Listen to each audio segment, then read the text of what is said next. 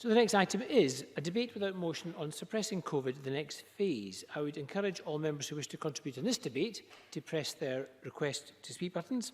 And could I call on the Cabinet Secretary, John Swinney, to open the debate? Presiding Officer, I welcome this opportunity to debate the framework we've put in place to consider how we take forward the stringent measures we have in place to handle the coronavirus outbreak. We are in unprecedented times. Our society is facing the biggest challenge of our lifetime, with the way in which we live our lives significantly restricted, and many families having to come to terms with the loss of those dear to them. I know this whole Parliament expresses its sympathy and solidarity to all those who have lost loved ones in this pandemic, and we express our deepest gratitude to those in our health and care services and to those who have maintained our essential services during this difficult period. The First Minister has set out our intention to be open and transparent about the options for Scotland in tackling this outbreak. That is why we have published COVID-19, a framework for decision-making and the supporting documentation. I welcome the opportunity to set out the main elements of this framework with Parliament today. But first I want to thank the people of Scotland for their sacrifices and for following our public health advice to stay at home. It has been tough, the impact of the virus in Scotland has been profound and everyone has been affected. While we know the current lockdown remains vital, it is only because of the action of the people of Scotland that we are now seeing some progress against the virus. We do, however, still face a very significant threat from the disease, and so it is only when we are sure that the virus is under control that we can start to ease restrictions. Of course. Mike Rumbles. I couldn't agree more with him. It's only when we know it's under control we can do that. But to know it's under control, we've got to get more tests done. Now, south of the border, they've got 100,000 tests being done. Our population, our proportion of population, we're not anywhere near that. What can be done to increase the amount of testing? Cabinet Secretary. I think, with the greatest respect, I think Mr Rumbles is being a bit optimistic about what's happening south of the border, if I may say so.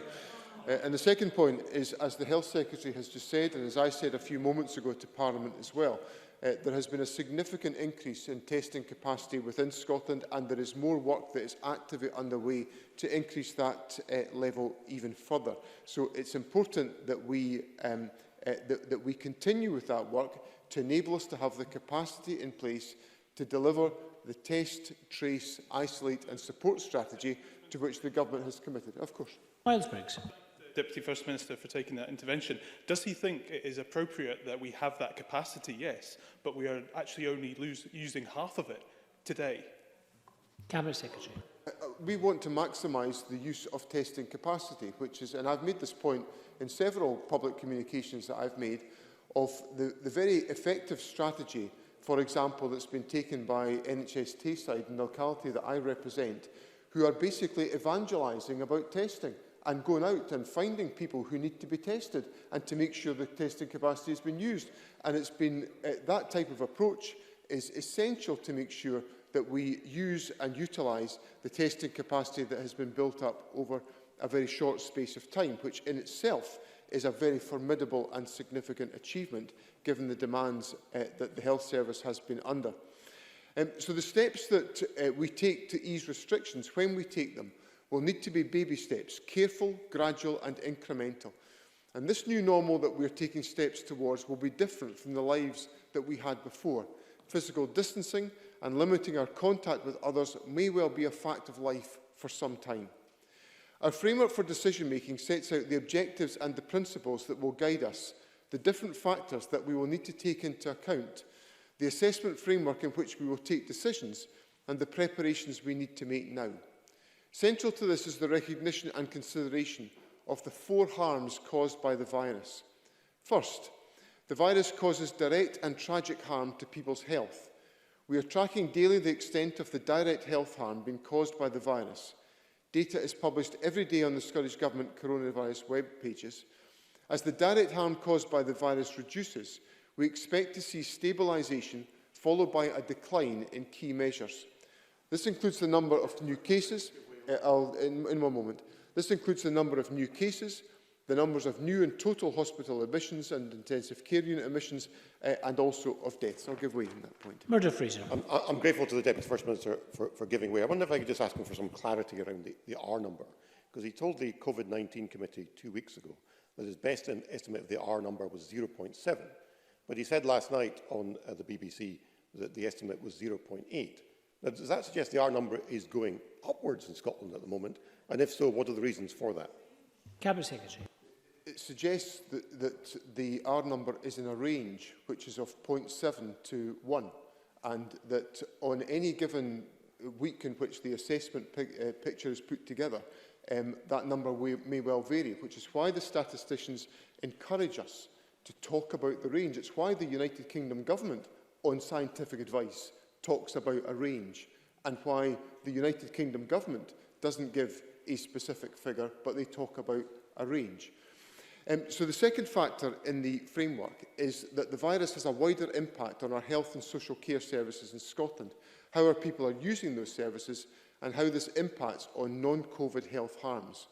We also know that the restrictions necessarily put in place to slow the spread of the virus can, in turn, cause further health harm to our population. Significant work is underway to understand and mitigate the effects on physical health and mental well-being.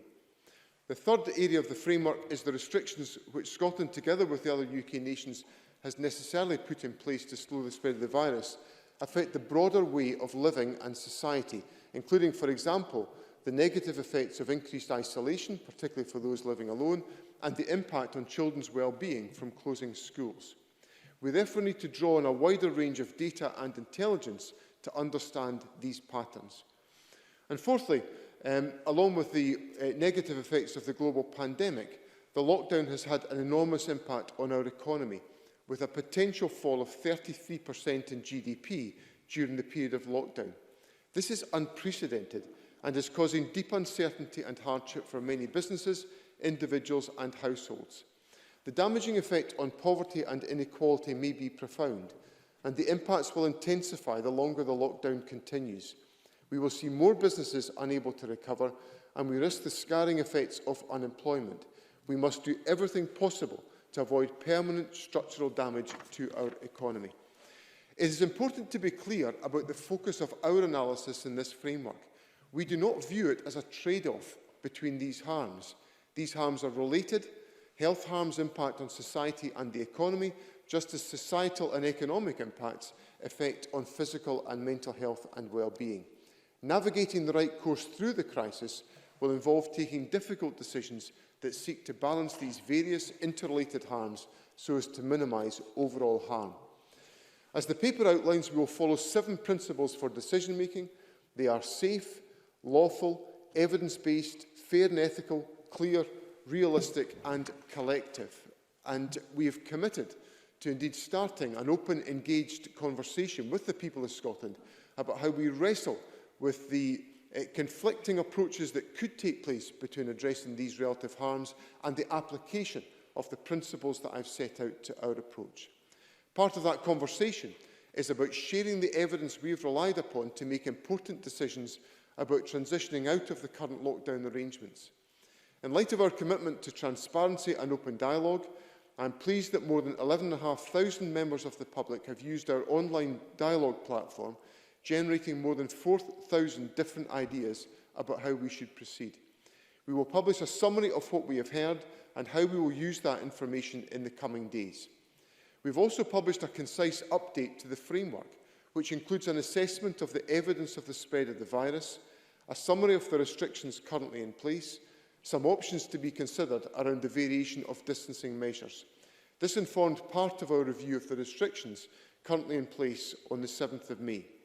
And let me explain the rationale behind the decision that was taken last week. The rate of transmission of the virus in Scotland, the R number that members have raised, is still too high for many restrictions to be lifted safely. It may also be higher than in other parts of the United Kingdom. As a result of the combination of the R number and the number of infectious cases in Scotland, our basic message that people should stay at home remains the same message today as it was prior to the weekend. We also said that the Scottish Government will keep matters under review and that we were considering making one immediate change to the guidance relating to exercise. It means that as of Monday this week, if individuals want to go for a walk more often or to go for a run and also a walk, then they are free to now do so. That slight change was made in guidance based on advice that we have on outdoor transmission that suggests the risk of transmission are low in that context. But I stress this is about exercise from an individual's home rather than driving from home to some other location to undertake exercise in a different area. But I stress that all other lockdown restrictions remain in place. As the First Minister set out in her statement at the weekend, if we see more evidence of a downward trend in the virus, we will assess whether there is the potential to make some further minor changes. We could consider whether, for example, garden centres should reopen, and we will think about whether some additional forms of outdoor work can safely resume. We will also look urgently in discussion with councils at the possibility of reopening waste and recycling centres. We will also look carefully at the steps necessary to open up our National Health Service to a wider range of services than has been available during the pandemic. The NHS remains open, but there are many healthcare procedures that are necessary for our citizens that are not currently taking place. As we take very gradual steps out of lockdown, it will be crucial to build on the confidence of the public. One of the key decisions that we have been looking at is the phased return of schools. I know this is an important issue, hugely important for children and for families right across the country. We will need to build the confidence of staff, pupils and parents and carers so that children and teachers feel safe and secure when they return. And I speak from personal experience as a father of how important this question is to me. We are working with our partners, including the Education Recovery Group, to ensure that our schools and the way we use them will be safe, and we will set out our thoughts in due course. We also learn from the international community, in particular those countries further ahead in their pandemic curves than Scotland, and model information based on their experiences. A fundamental issue relates to the functioning of the economy. We are working with businesses and trade unions to produce guidance that's specific to Scotland's needs, both our economic needs and our public health requirements. We will publish that guidance sector by sector in the coming days and weeks. That includes guidance for sectors such as construction, manufacturing and retailers, and relates directly to the point that Mr Rowley raised with me in the question session earlier on this afternoon. And we are continuing to expand our ability to test people for COVID-19 and to trace the people they've been in contact with. That will play an important part in helping us to emerge safely from lockdown. The next 21-day cycle for reviewing the regulations ends on the 28th of May. And within that, we will ensure restrictions do not stay in place longer than necessary if the evidence tells us so. Our approach differs slightly from the one taken by the other three nations. I was pleased to hear over the weekend an acceptance and acknowledgement from the Prime Minister that we may need to move at different paces.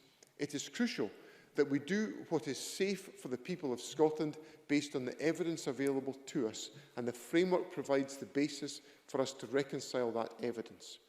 And we will, of course, consider the plans that the UK Government sets out for England to see whether the ideas and policies in them also make sense for Scotland.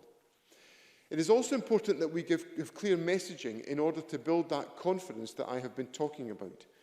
We will intensify our dialogue with the UK Government and other devolved administrations so that there is no room for confusion. It is essential that at no stage are actions taken that run the risk of undoing all of the success from the last 6 to 7 weeks of exemplary public compliance with the changes that we have put in place. While we know the current lockdown remains vital, it is only because of the action of the people of Scotland that we are now seeing progress against the virus. In conclusion, Presiding Officer, it is vital that this Chamber exercises its fundamental purpose in debating and in scrutinising the actions of government, and that is critical on COVID. I was pleased also to have the opportunity to give evidence to the COVID Committee on the 29th of April, and myself and my ministerial colleagues are happy to speak to the committee further in the coming weeks if that would be helpful. We will continue to keep the committee up to date with developments and cited on our decisions, as we did most recently on Sunday, with the decision to remove the once-a-day limit to individuals leaving their home for exercise. I set out at the start that this is the biggest challenge that this generation in our society has faced. Together, we have the opportunity to work collaboratively, not only to defeat this virus, but also to decide the kind of Scotland we want to emerge from this crisis and the Scottish Government is committed to exactly that task.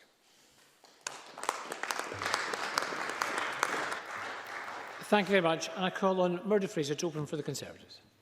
Thank you, Presiding Officer. Can I start by welcoming the debate, and can I welcome the comments made by the Deputy First Minister a moment ago. These are significant and serious issues with which the whole country is currently wrestling. And this debate will be useful both in terms of airing views, but also in terms of shining a light on the decision-making made by the Scottish Government. It is a debate which is helpfully informed by the publication of 2 papers now by the Scottish Government and the publication yesterday by the United Kingdom Government of the case for the decisions they've made following on the Prime Minister's announcements on Sunday evening. The overriding factor will be that decisions that we make have to be determined by the science.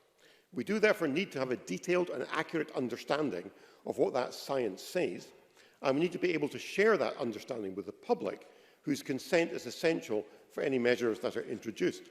I want to make some progress, and I'll give way in a moment if I can. The Scottish Government has said it wants to treat people as adults and have a grown-up conversation. I agree with that. But if we're going to treat people as adults, then they need the information on which the Government is basing its decisions. And I'll say more about that a little later. We should also accept that Government's understanding of the science is always likely to be imperfect in a situation where we are dealing with an unprecedented public health crisis.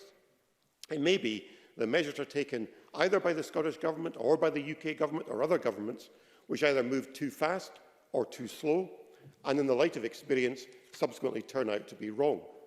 It may even be that decisions are taken that subsequently have to be reversed if they have a consequence not intended, a point explicitly made by the Prime Minister in his address to the country at the weekend. If Mr Finlay still wants to intervene, I'll take that. Neil Finlay. Yeah, it's on that very point. Does Murdo Fraser accept there is no this science?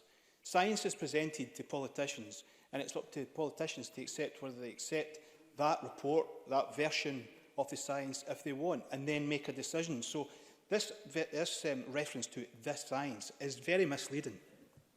Murdo Fraser. I think Mr Finlay is correct to say politicians ultimately have to make these choices, but they do it based on the best science available. What I think would be helpful, and perhaps you might agree with me on this, is I think the public have a right to be better informed about the science that underpins these decisions that politicians are making.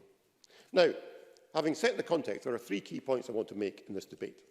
Firstly, we need to properly understand what the consequences of lockdown are, both for our economy, but crucially the wider societal and health impacts of lockdown. We are already seeing the economic impacts of lockdown all around us. There are desperate projections of the impact on our economy, not least in a country such as ours, where key sectors such as tourism and oil and gas are bearing the brunt of the lockdown measures. We will see widespread business failures and job losses, notwithstanding the various support schemes that have been put into place. And that will mean that, in the longer term, as a country, we will be poorer. There will be fewer job opportunities, more households put in difficult financial situations, more government debt building up, which future generations will have to repay, and which will restrict our choices in the years ahead. And crucially, the economic harm done means that, in future, there will be less tax revenues to spend on vital public services like the NHS that we deem so important. So the economic case for relaxing lockdown as soon as it is safe to do so is well understood. But the case for relaxing lockdown goes far beyond economics, because there is a huge societal and health impact of extending lockdown. Presiding Officer, we now know that more than 1,100 Scottish people have died over and above the regular death rate from non-COVID causes since the lockdown began. These include deaths from heart disease, from stroke, from cancers, that in many cases might have been avoidable deaths as a result of fewer people attending hospital and GP appointments. We know, for example, that the number of... yes, of course. John Swinney. I'm grateful to Mr Fraser for giving me. Would you acknowledge that the framework document the Government has provided is an attempt to essentially map out those competing factors and those relevant factors where there is quite clearly a non-COVID health harm that is affecting the country, as well as economic harm. And what we are trying to do is to put in place the information to the public that enables the public to evaluate those particular issues. Murdo Fraser. I thank Mr Swinney. I think that's a very helpful intervention from Mr Swinney, but it does just, I think, touch on some of the challenges, not least around messaging, where we have messaging. We have to continually remind people if they have urgent health issues, they need to go to the doctor, they need to go to hospital, they need to go to A&E, but at the same time the messaging is also saying stay at home. And I think that's one of the challenges, trying to reconcile these things. So we know, for example, the number of referrals from GPs for cancer treatment is down 70% compared to the figures below lockdown. GP appointments are well down, admissions to cardiology wards are down, and to A&E. And that's just the immediate impact we see today. The longer-term impact is likely to be much more serious, because we see routine cancer screening programmes being put on hold. And the likely impact on mental health is likely to be severe, with a risk of an increase in suicides and alcohol and drug abuse. There are many single people, particularly amongst the older generation, having a desperate time, stuck at home and missing social interaction with family and friends, unable to enjoy normal activities such as attending clubs, churches, or even just going shopping. So, Presiding Officer, this debate about easing lockdown is not simply, as it is sometimes characterised, a question of lives versus jobs, or even lives versus money. It is, as Professor Linda Bald told the COVID-19 committee last week, a question of lives versus lives. People are dying today and will die in the future in greater numbers as a direct result of lockdown. And that needs to be weighed against the lives we are undoubtedly saving as a consequence of the measures we are taking. The second point I want to make, Presiding Officer, is about the issue of public consent. Opinion polls tell us there is very substantial public agreement with lockdown measures, and in the main, people have adhered to them very strictly. We have certainly had cases of the police having to issue penalty notices to people breaking lockdown, but in the context of the overall population, these have been mercifully few and far between. Essentially, the current restrictions have been self-policing, with a great majority of people behaving responsibly. We cannot take it for granted that that will continue on an indefinite basis. Both individuals and businesses will get frustrated as lockdown continues. People watch on news programmes the number of cases, the number of hospital admissions, the number of deaths from COVID-19 reducing. And they will take from that that we are past the peak, and they wonder when restrictions will start to be eased. And if we are therefore continuing to extend restrictions, we have to be honest with the public as to why this is necessary. That means being prepared to share the scientific underpinning for the choices the government is making. Now, the Scottish Government has stated that they believe the R number in Scotland is higher than the rest of the UK. And yet there seems to be no certainty as to where exactly the R number sits. The government said previously is on a widespread somewhere between 0.7 and 1. I intervened on Mr Swinney earlier about his comments to the COVID-19 committee 2 weeks ago. On the 29th of April, this is what he said. It's a quote from the official report. In the most recent estimate that I have seen, the R number is sitting about 0.7. And yet last night he said on the BBC it was 0.8. We don't seem to know. We don't have clarity. And yet if the Scottish Government... Yes, of course. John Swinney. I hate to rehearse arguments that I've already made to Mr Fraser already in response to his intervention, but the purpose of the point that the R number is set out within a range is that on the various elements of the modelling, that number varies. It is not, as I have said on all occasions at the committee, on television last night, on any other occasion I've been asked, it is not a precise science. And I think Mr Fraser's in danger of working himself up into a lather about something that he shouldn't be working himself up into a lather about, when it's very clear from the actions of and expressions of the United Kingdom Government and the Scottish Government, there is a range within which these issues have to be considered. Murdo Fraser. Mr Swinney is trying to explain the situation, but it is the Scottish Government's position that the R number in Scotland is higher than the R number in England, and that is a justification for extending measures here. But the Scottish Government cannot tell us what the R number here is, other than that it is a range. So how do we have the evidence that supports the contention? And I think the public have a right to expect that information to be shared, Presiding Officer. So yesterday, Jackson Carlo wrote to the First Minister with a number of questions around the R number in Scotland, asking about the data on which this is based, whether this data applies uniformly across Scotland, or whether there are local variations, and what are the underlying reasons for the ongoing high R number. Has the lack of PPE and the early dismissal of the need for extensive testing contributed to the continued high level of infection in care homes, for example? On that last point, we know that individuals have been discharged from hospital and admitted to care homes without being tested for COVID-19 unless they have shown symptoms, and that is an issue that needs to be addressed. And, Presiding Officer, that leads me on to my third point, which is the different approaches being taken by different governments across the United Kingdom.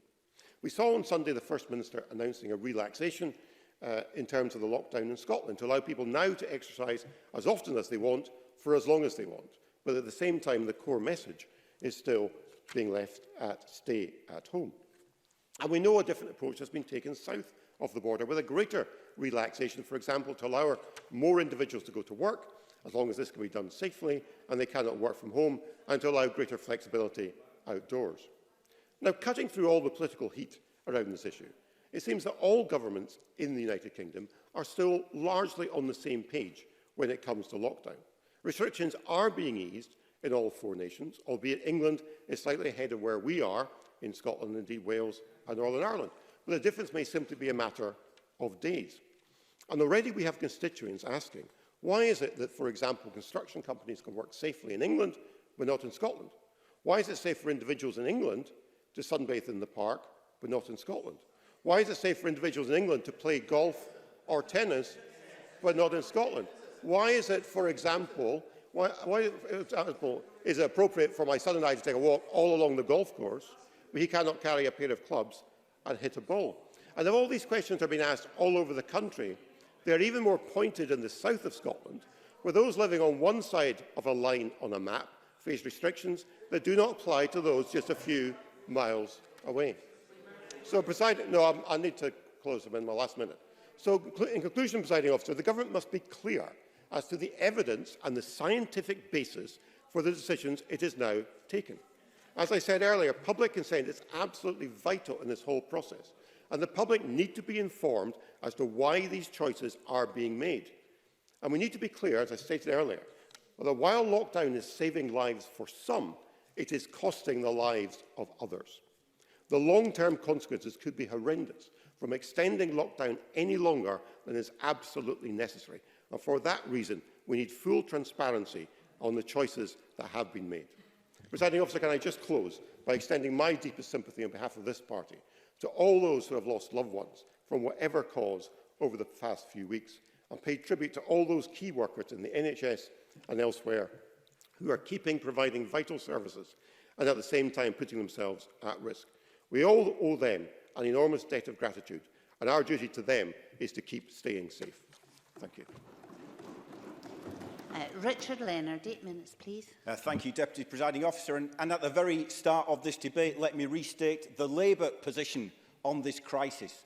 We stand together across party lines in support of the national effort.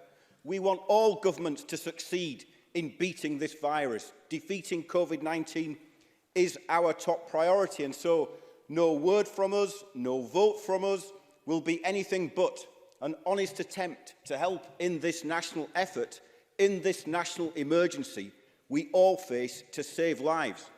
And that's why we support the government's position on the lockdown.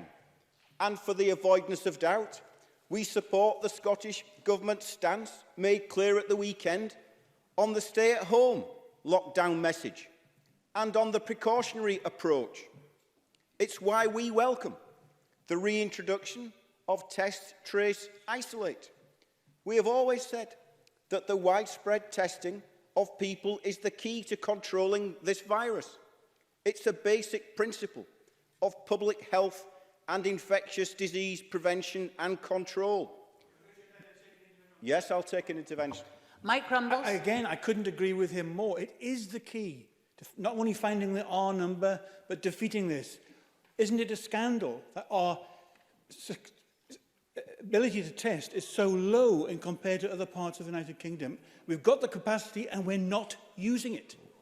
Richard Leonard. Yes, let me come on to that, just because We've heard from time to time that testing is not a panacea, but that does not mean it is not essential. We have heard that the idea of no testing is somehow better than testing with a margin of error. That's a wrong idea. And our concern is this, that we've lost time. We've lost time when we could have moved to lockdown earlier, which could have saved lives. We have lost time in the routine and regular speedy testing of key health and social care workers. We have lost time in building up the capacity and so the infrastructure for a test, trace and isolate policy. That should not simply be the guide for an exit strategy. It should have been a guiding principle right throughout this pandemic and has now become an urgent priority. We have lost time. We've lost time as well because the country did not have an adequate supply of PPE. That's been the message from the front line in critical areas of health and social care. PPE, hospital supplies, pharmaceuticals, swabs, testing kits should have been waiting, but they were not. We have lost time, and for that there will be a reckoning. But let me say that when the history of these times is written, it will also record a popular mood for change. We have seen over the last 7 weeks the potential to adapt, to change, to cooperate. We have seen the reaffirmation of the need for a brighter vision of a better future based on communities not divided but united, because people's understanding of what matters in life has changed irrevocably. Our understanding must be that we are living in a different world to the one we left behind 7 weeks ago. Now, for some people, that different world is that the old indulgences of consumerism and materialism have been replaced with a new reacquaintance with quietness and nature. But for far too many, we have seen changes for the worse.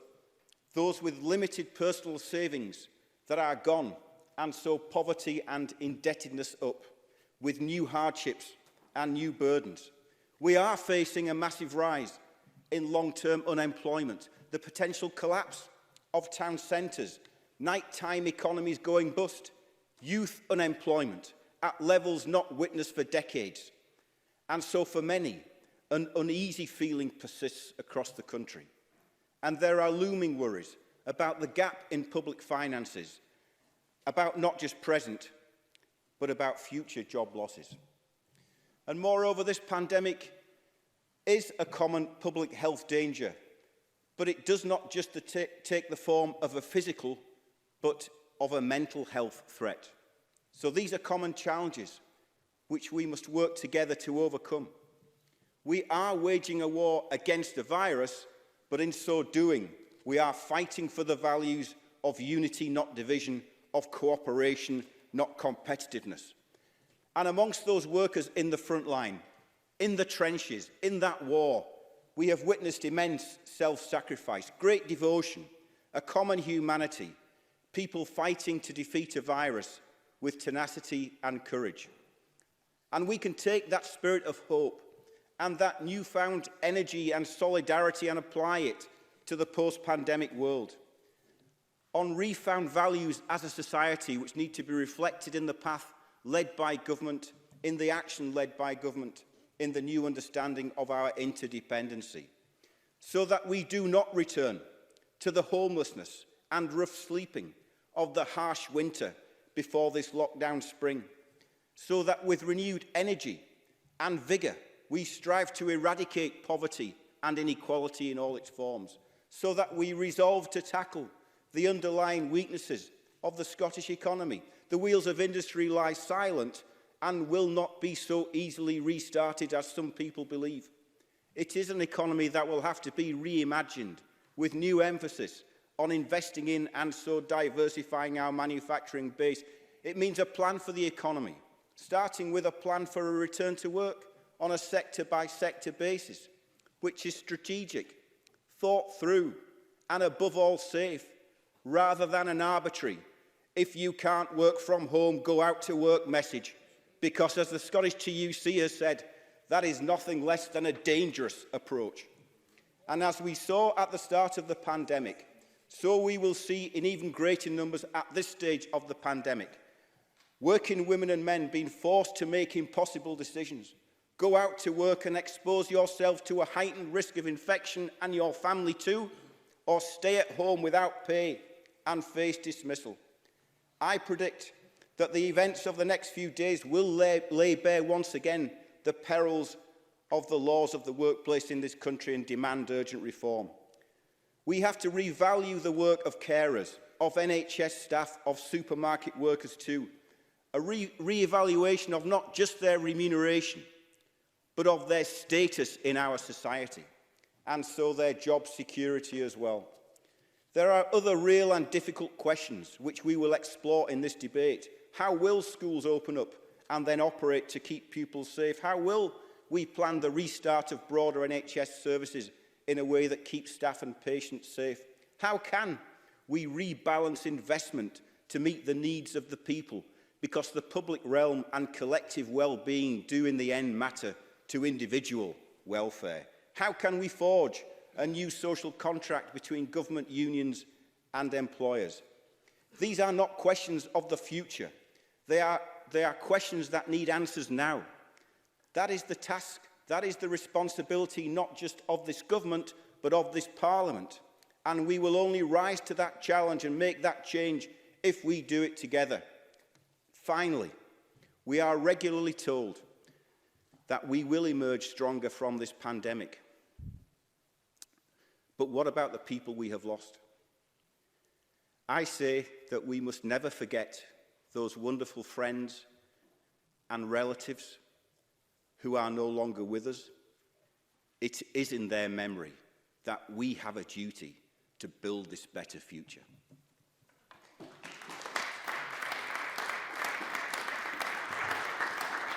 Alison Johnson, 6 minutes, please.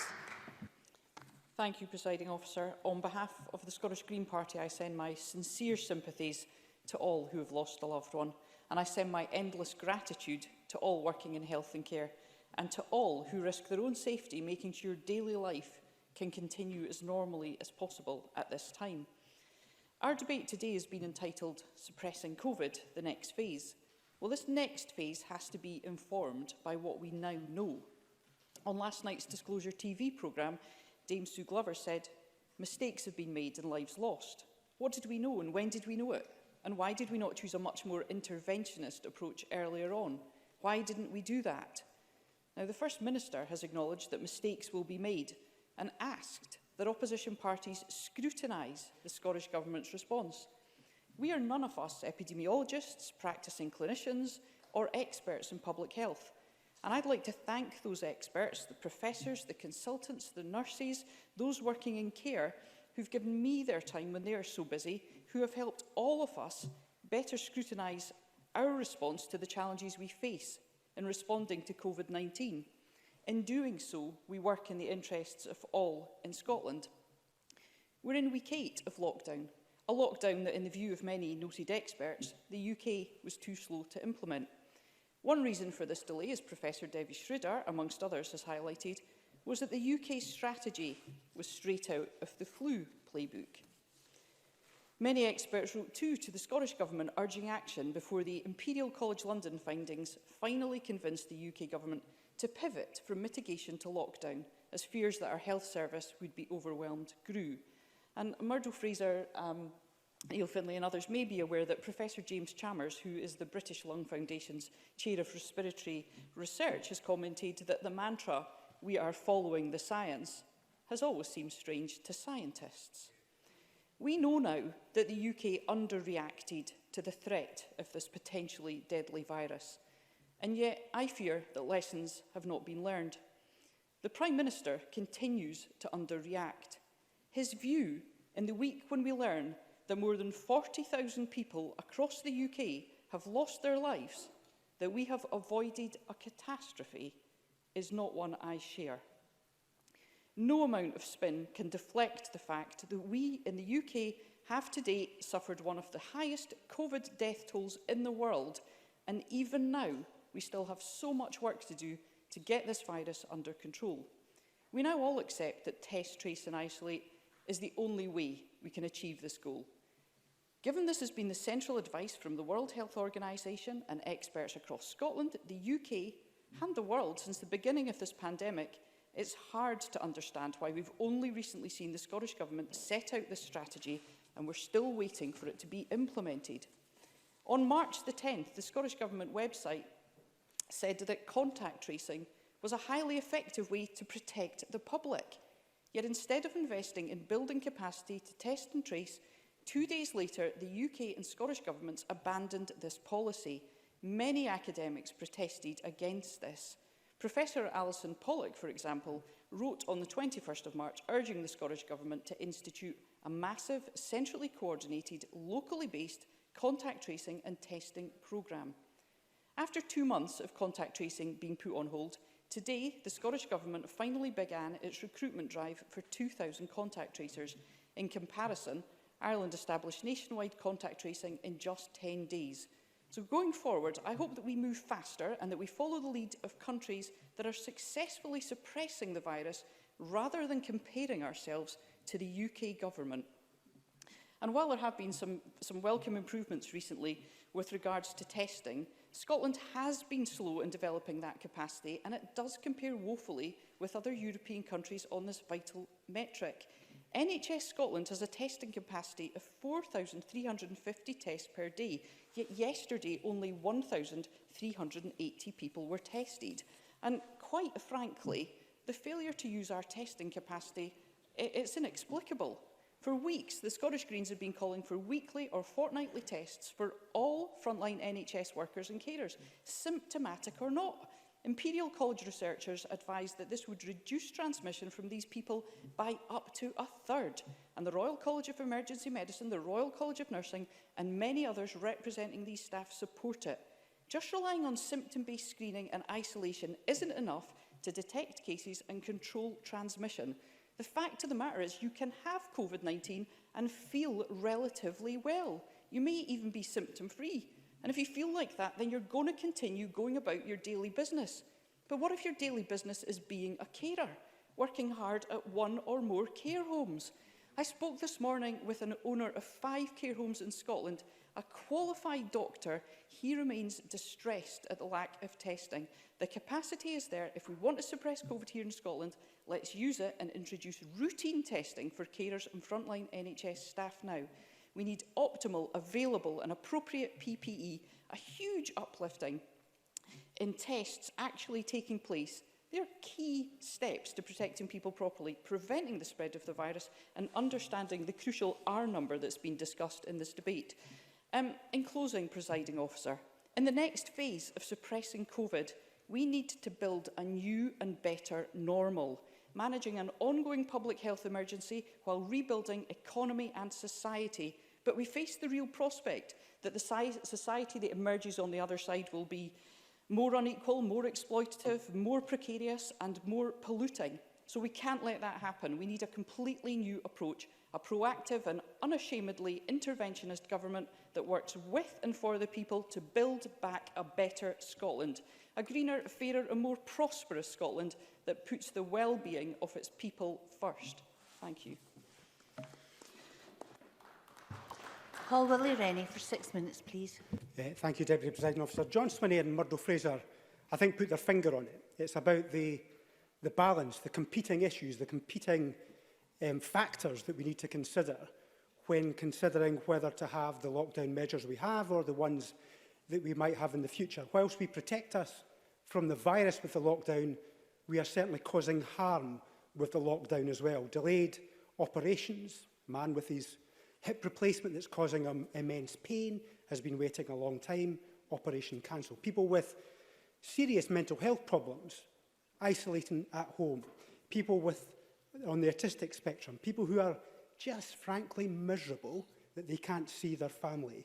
All of these have costs to our well-being and our future. Putting aside the interests of the economy, all these factors compete against the factors that we're trying to deal with the virus. So this is really difficult. I mean, Liberal Democrats will use the best scientific consensus. There is no one single view. I'm a scientist myself. There is no one single approach to these issues, but there is a consensus from the best scientists, and we're prepared to support a different approach here in Scotland and within Scotland if necessary, if that science justifies it.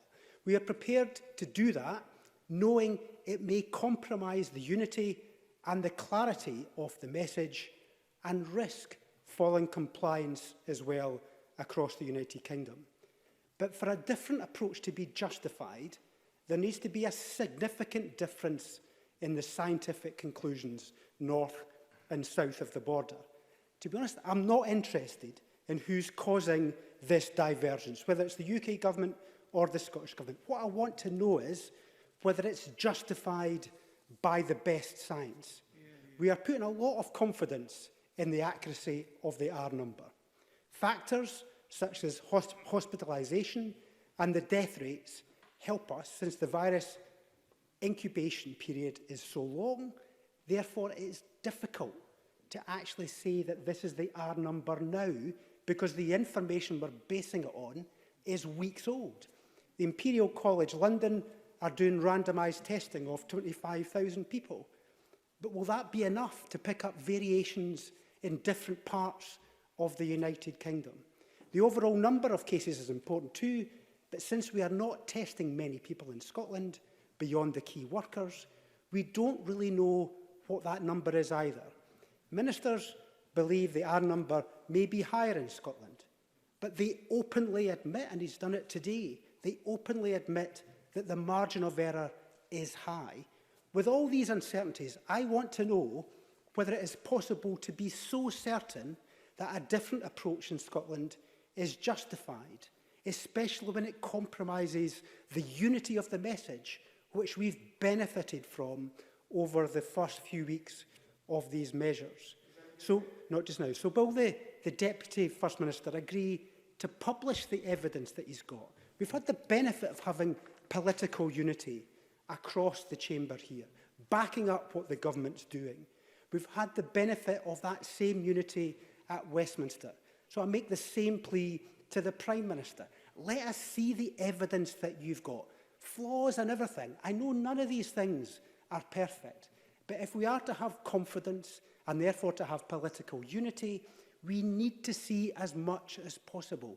This is a global pandemic, and therefore we all must stick together and do the right thing. The days of the old political potshots, I think, are gone. What we need to do is try to look to the evidence and work together. So trust us. Give us that evidence so that we can maintain the political unity, so that we can have the compliance to the message that we've benefited from over the last few weeks. The Prime Minister has set out his message and plan. Northern Ireland has done the same today. I think it is now, in detail, the requirement of the First Minister to do the same. So what is next after the stay-at-home message? The government has doubts about that slogan. I've got doubts about it as well. But are they ruling out adopting that slogan at some point in the future? I would like to know whether that is the case. If not, is the government in discussions with the Welsh and Northern Irish governments about a joint approach with them? I'm nervous about having two different approaches across the United Kingdom, even more so about having 4 different approaches in the United Kingdom. It is frustrating that the communications between the UK government and the Scottish government seem to be so poor.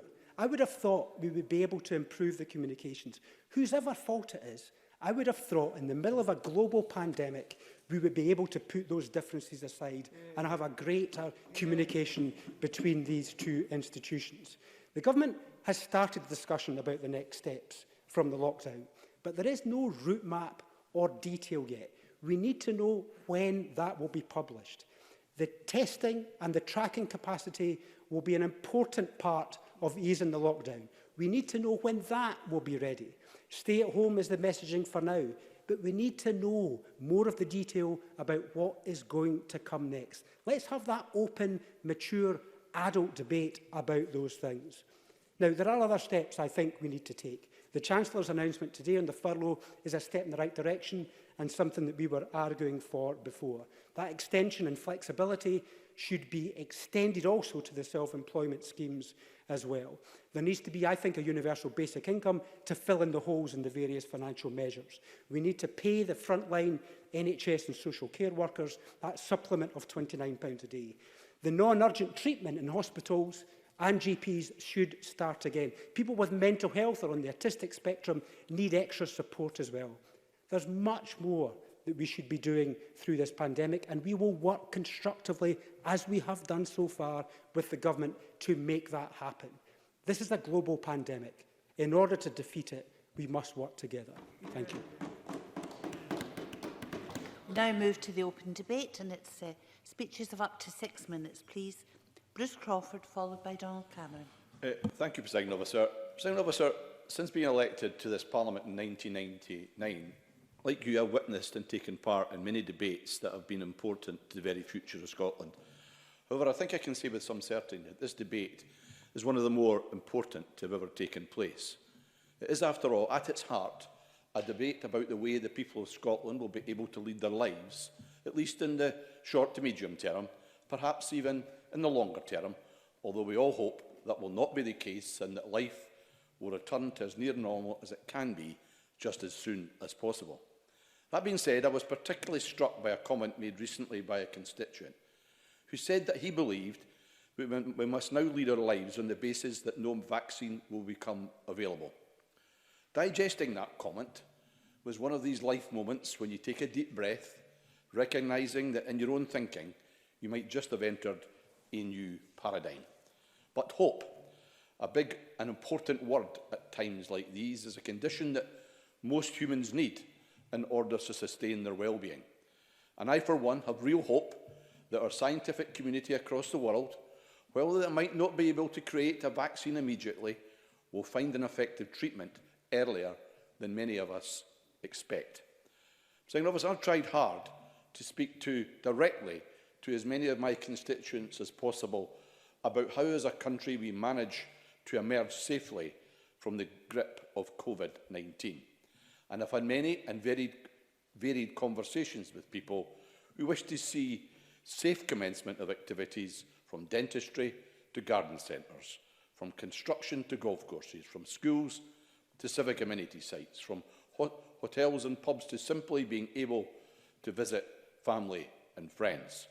The most interesting of these discussions, though, has been about the commencement of any of these activities will have on the R number, and in particular, the cumulative impact. In these complex and very difficult judgments, I do not envy the job of the scientific and medical professionals advising government. Even less so do I envy the job of those leaders who will have to take the ultimate decisions and how to cautiously change or alter the current guidelines or regulations. These are literally life or death decisions that our leaders are going to have to make.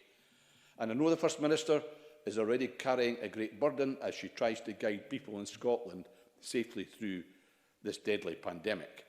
But can I say a sincere thanks to the First Minister and her team for their total commitment and unending endeavours to help keep people safe. Now, that's not to say that my constituents, or indeed myself, do not have questions about some of the decisions reached. But then again, we've not faced, like the First Minister, the pressures that come from a fast-changing emergency while fighting an invisible killer we know little about. So too, can I thank the opposition leaders. You're doing your job, asking questions about data in detail, but you've stuck with the overall message and strategy. You are doing the right thing. One clear question that constituents were asking about is if the 4 nations of the UK, or indeed any specific region of the UK, is to come out of lockdown at a quicker pace than others, just how will that furlough scheme and other support mechanisms available at the UK operate? Now, I'm very pleased that the Chancellor has helped in that regard today with his announcement. Many millions will be breathing a sigh of relief. But I want to avoid today the temptation to make comment on the position taken by other parts of the UK in regard to lockdown, because, quite frankly, there is not much outcome I can influence in that regard. Instead, Presiding Officer, in the time I've left, I want to put forward a personal perspective on how we might move forward in Scotland while keeping the safety and well-being of our citizens at the forefront. The most emotional moment I personally faced over the past few weeks was at the commencement of lockdown, when I realised I would no longer be able to hug or even have close contact with my 3 grandkids.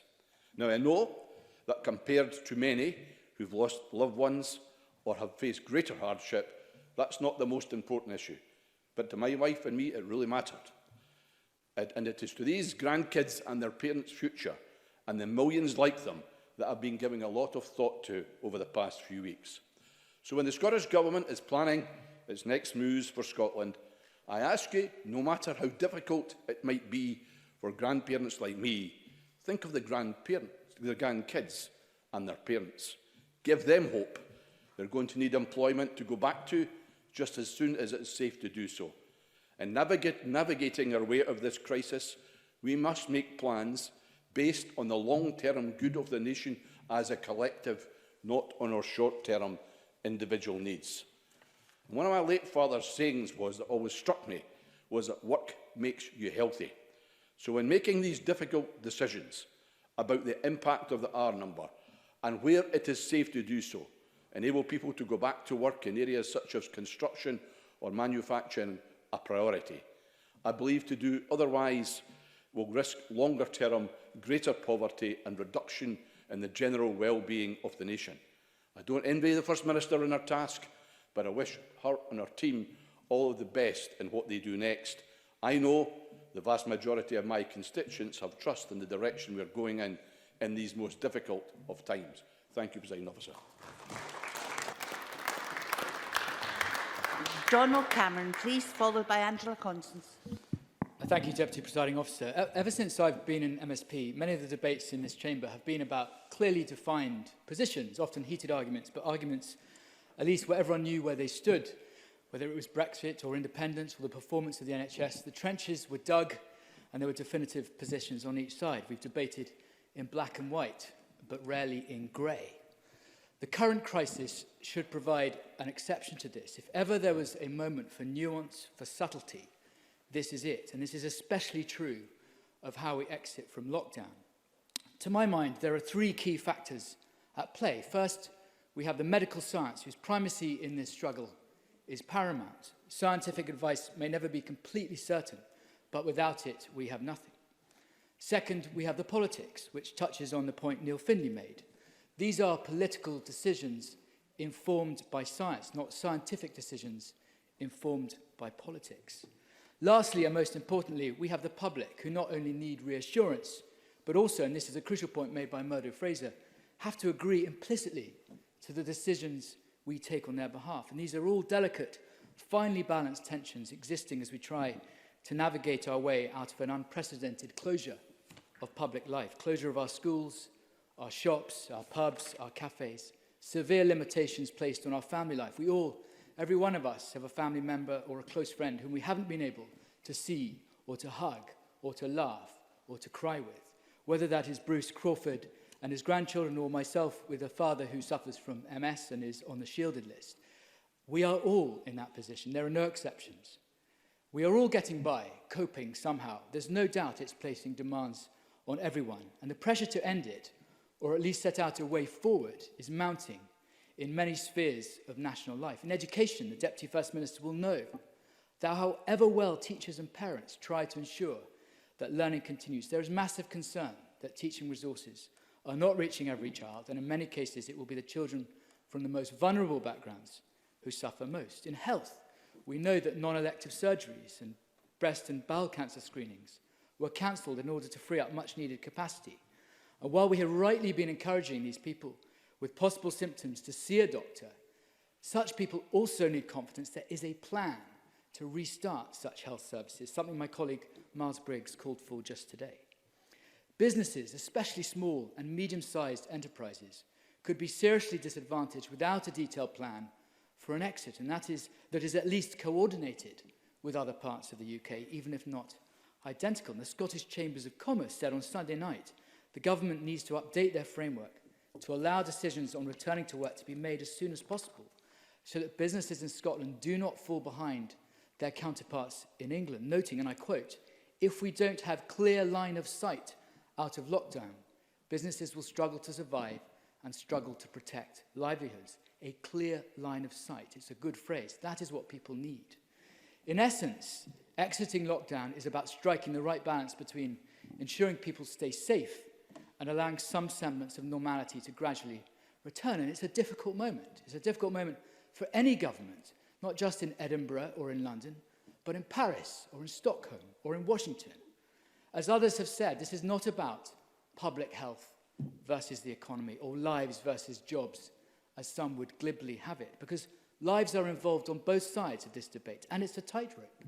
How do you resolve, for example, the delicate issue of restarting tourism in rural Scotland, an issue that many of us will have knowledge of, where there is an acute tension, a tension between those, on the one hand, who are reluctant to welcome visitors, with good reason, given a health service of limited capacity and a dispersed population where new infections would cause a severe and disproportionate impact. And on the other hand, those who advocate that within fragile rural economies, tourism is often the mainstay of many people's livelihoods, and that these areas cannot stay closed forever, and where the more stridently we tell people not to visit, the harder it will be to get them to return. However that tension is resolved, people again need a clear line of sight. I'd like to finish, if I can, on a personal note. I received a powerful letter from a relative a few weeks ago. He lives in rural Perthshire. He is 99 years old, but in very good health. And he made this point. He accepts he is in the sunset of his life, with only a few more years to live. But those few years are more important to him than anything else right now. Lockdown for him, he said, is a life sentence. His words. If it continues or continues to apply to his age group, he cannot expect to live the life he enjoys so much. All the things he loves doing, he cannot do. He cannot visit the grave of his wife. He cannot see old friends. He cannot leave his house. And there will be many others like him, perhaps not as old, but with a horizon that is similarly limited, who need to see an end in sight. And it's their plight, and the plight of many, many people like that across Scotland, particularly our elderly, that I ask the Deputy First Minister to especially consider today, who are struggling with this. We all want a resumption of normal life in the safest way possible. We have to keep people safe. But we ignore the effects of lockdown on our own health and well-being at our peril. And at some point soon, we must begin again. Thank you. Angela Constance, followed by Ian Gray. Thank you, Presiding Officer. The national response to the pandemic has reminded us all that often in life the hardest decisions are the ones that you don't want to make, but make them you must. And knowing where you want to be is very different from where you need to be. But even necessary and life-saving decisions come with costs and consequences that none of us can hide from. And thus far, the cost of COVID has been great to life, to our well-being and to our economy. There is an unprecedented demand on the Scottish Welfare Fund, with demand up 50%, with demand at food banks up 81%, and applications to universal credit is rocketing. With reductions in referrals to children's services, there is increasing vulnerability, and the growing concerns about the mental health of the nation is well founded. And I am glad that we now talk about physical distancing as opposed to social distancing. But participation in lockdown society depends on connectivity, and Glasgow Disability Alliance say that broadband connectivity for disabled people is only at 37%. We know that young people seeking to enter the labour market during a recession risk the lasting damage of unemployment and lower pay and on their overall life chances. 22% of our economy is closed, impacting on over 900,000 jobs and a third of their business base. And we know that it's not over yet, far from it. The sacrifices of the nation have indeed secured progress, but our position remains very fragile. There is limited room for manoeuvre in our quest to drive down the rate of transmission, and we will continue to search for that new safe reality until, as Bruce Crawford says, there is a vaccine or more effective treatment. And students of history know that progress is rarely linear, and there has been and there will be setbacks. Yet public trust in the government's handling and the confidence in the stay-at-home, protect the NHS, save lives message remains high. But there can be no room for complacency, given that we know that those from the most deprived backgrounds, those with the biggest burden to bear, trust the least. The confidence that others place in us must never be taken for granted, and the trust that we in turn place in others, experts or otherwise, must never be without question or condition. Grown-up conversations about the future need to be reciprocal. We have to also share our decision-making journey and be prepared to walk in the footsteps of others. Now more than ever, politicians must remain connected to the lives and the experiences of communities of interests and place.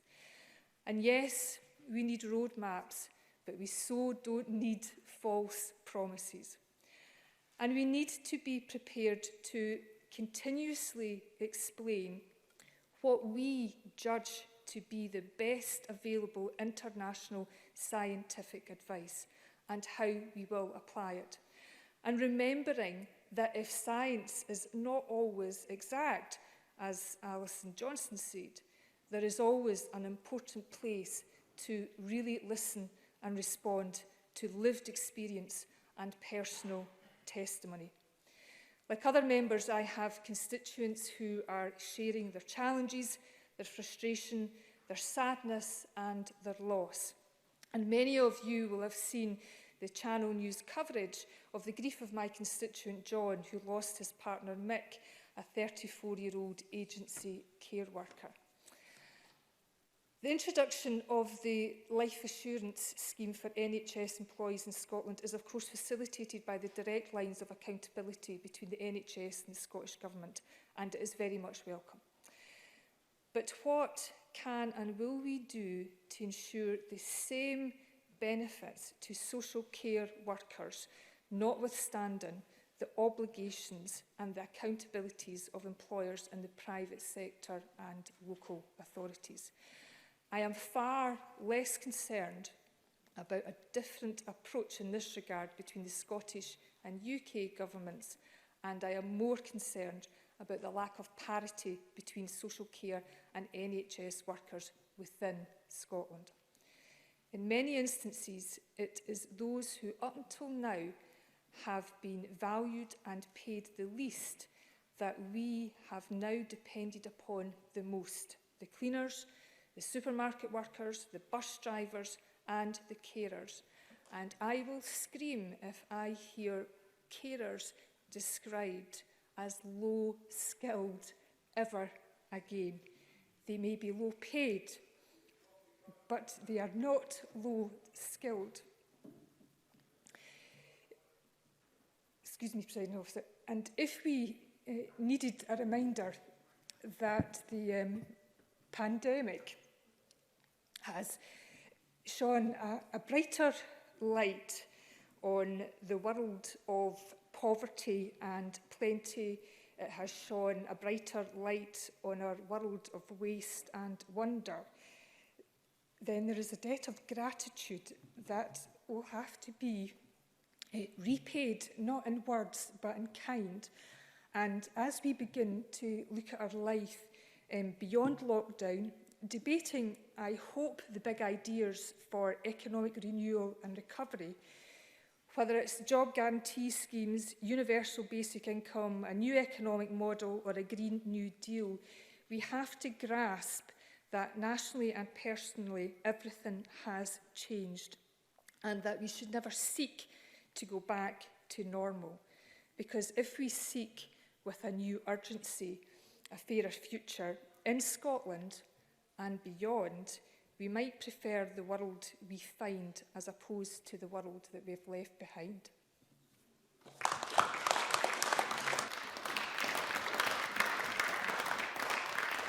call Ian Gray to be followed by Kenneth Gibson. Thank you, Presiding Officer. One of the most dramatic and visible measures of the response to the COVID-19 crisis was the closing, of course, of schools and nurseries. And in many respects, it has been one of the great successes of the response. Teachers worked a miracle almost overnight, shifting learning into the home, while others have volunteered to staff the hubs, providing childcare for the children of key workers. And yet, inevitably, it has not been without its problems. There are reports that pupil engagement is low and falling, with the Education Secretary admitting to the Education Committee last week that he has not monitored that online engagement. Parents, often trying to keep their own work going at home, have also struggled sometimes to maintain homeschooling. Attendance at the hubs is low, only 1% of school pupils. And everyone believes that the attainment gap is growing with every day of closure. So no wonder then that in planning the exit and the framework for that exit from lockdown, schools have to be front and centre. For one thing, economic activity cannot really begin again until schools and nurseries reopen. So we need to be better prepared for that reopening than we were for closure. We had to wait too long, for example, to know whether exams would be cancelled and what would replace them. And now teachers tell us that the scheme they have been given requires an impossible degree of pupil ranking. Meanwhile, the SQA's insistence that a school's previous performance could be used to override teacher assessment has had its legality questioned. The Education Secretary should revisit that, and quickly. Now, we can all readily criticise the Prime Minister's performance over recent days, but those days have shown us how difficult easing lockdown is going to be, and we should learn the lessons. And the first, of course, is that we need clarity. The Education Secretary has often hinted that schools in Scotland will not be able to safely reopen until after the summer break. And I think he's right. He should probably just say that now, as they've said in Northern Ireland. But as a one-time maths teacher, I also do want to see the working. The framework document includes an alarming graph which suggests that the most likely outcome of an early return for schools would be a resurgence of the virus overrunning the NHS in weeks. But there is no information as to how that graph has been derived. The First Minister said on the day the framework was published that it was based on what happened in Denmark. But in fact, in Denmark, the R number has fallen since schools returned. The Education Secretary told committee last week that he thought it was based on the Imperial College model, but he did seem very unsure. That's not clarity, and it doesn't give us the confidence, even if the decision is right, and I think the decision is right, to avoid an early reopening of our schools. We do need confidence. Teachers rightly won't return to work unless they believe it is as safe as possible.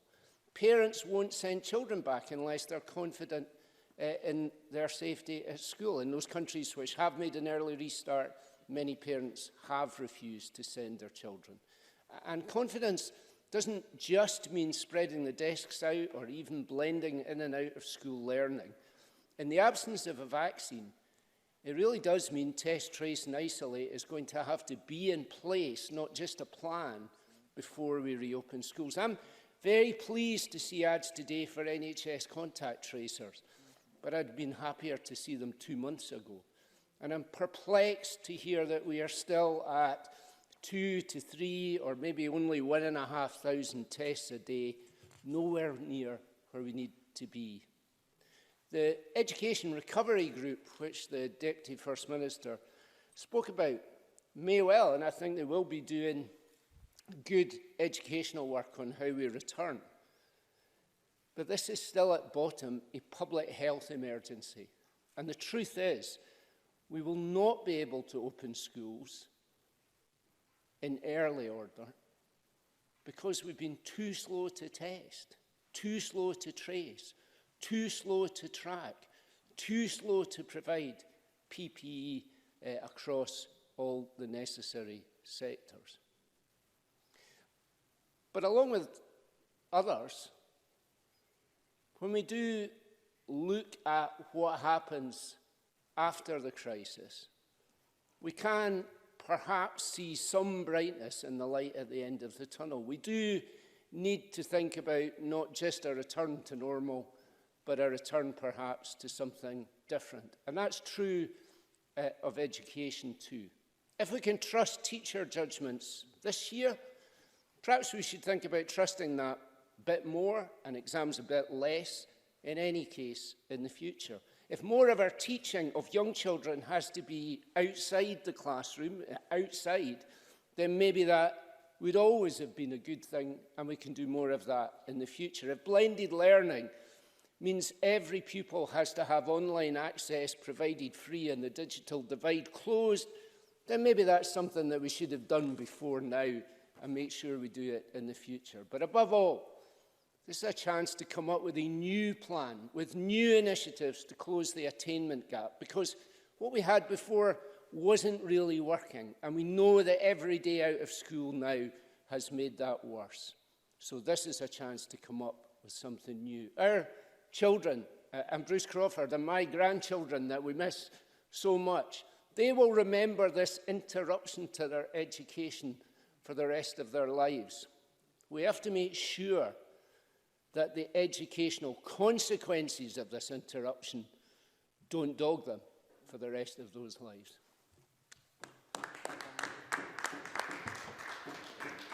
Thank you very much. I now call Kenneth Gibson to be followed by Miles Briggs.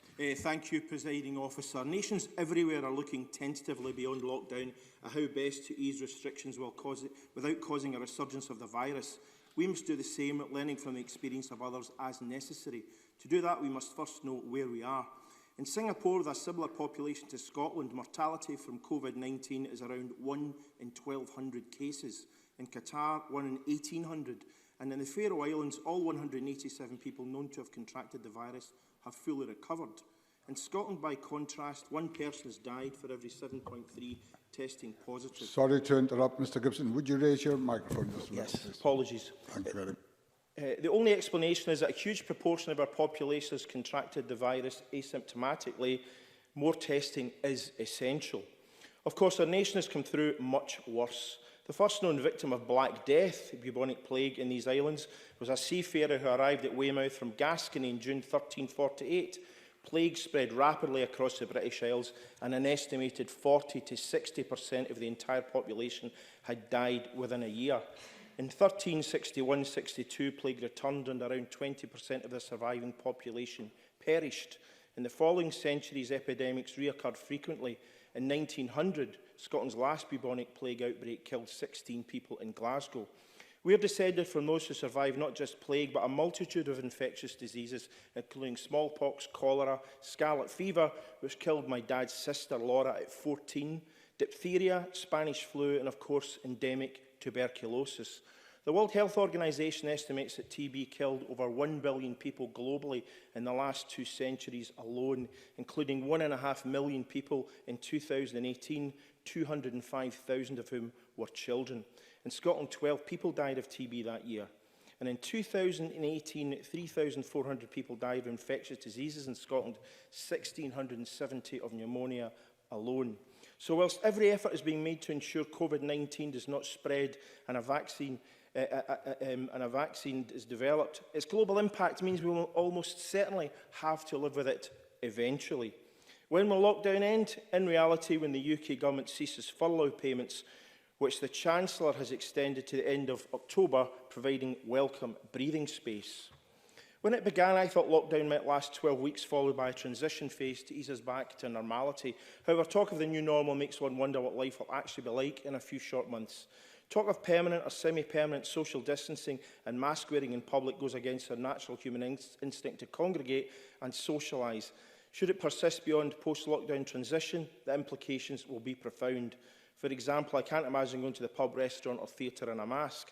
Social distancing and public transport could mean buses and trains operating at 20% capacity.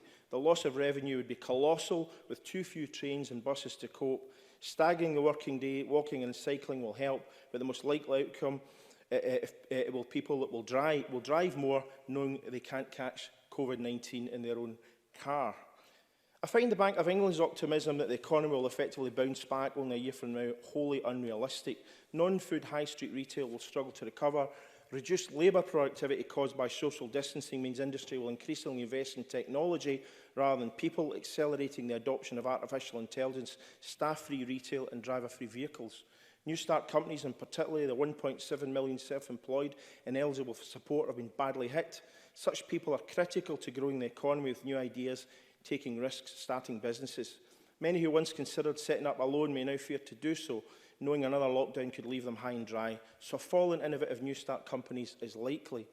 Hospitality and entertainment will struggle if post-lockdown we are in the same situation regarding social distances. And many organisations will continue to require grants and rates relief, inevitably meaning fewer resources available to invest in public services.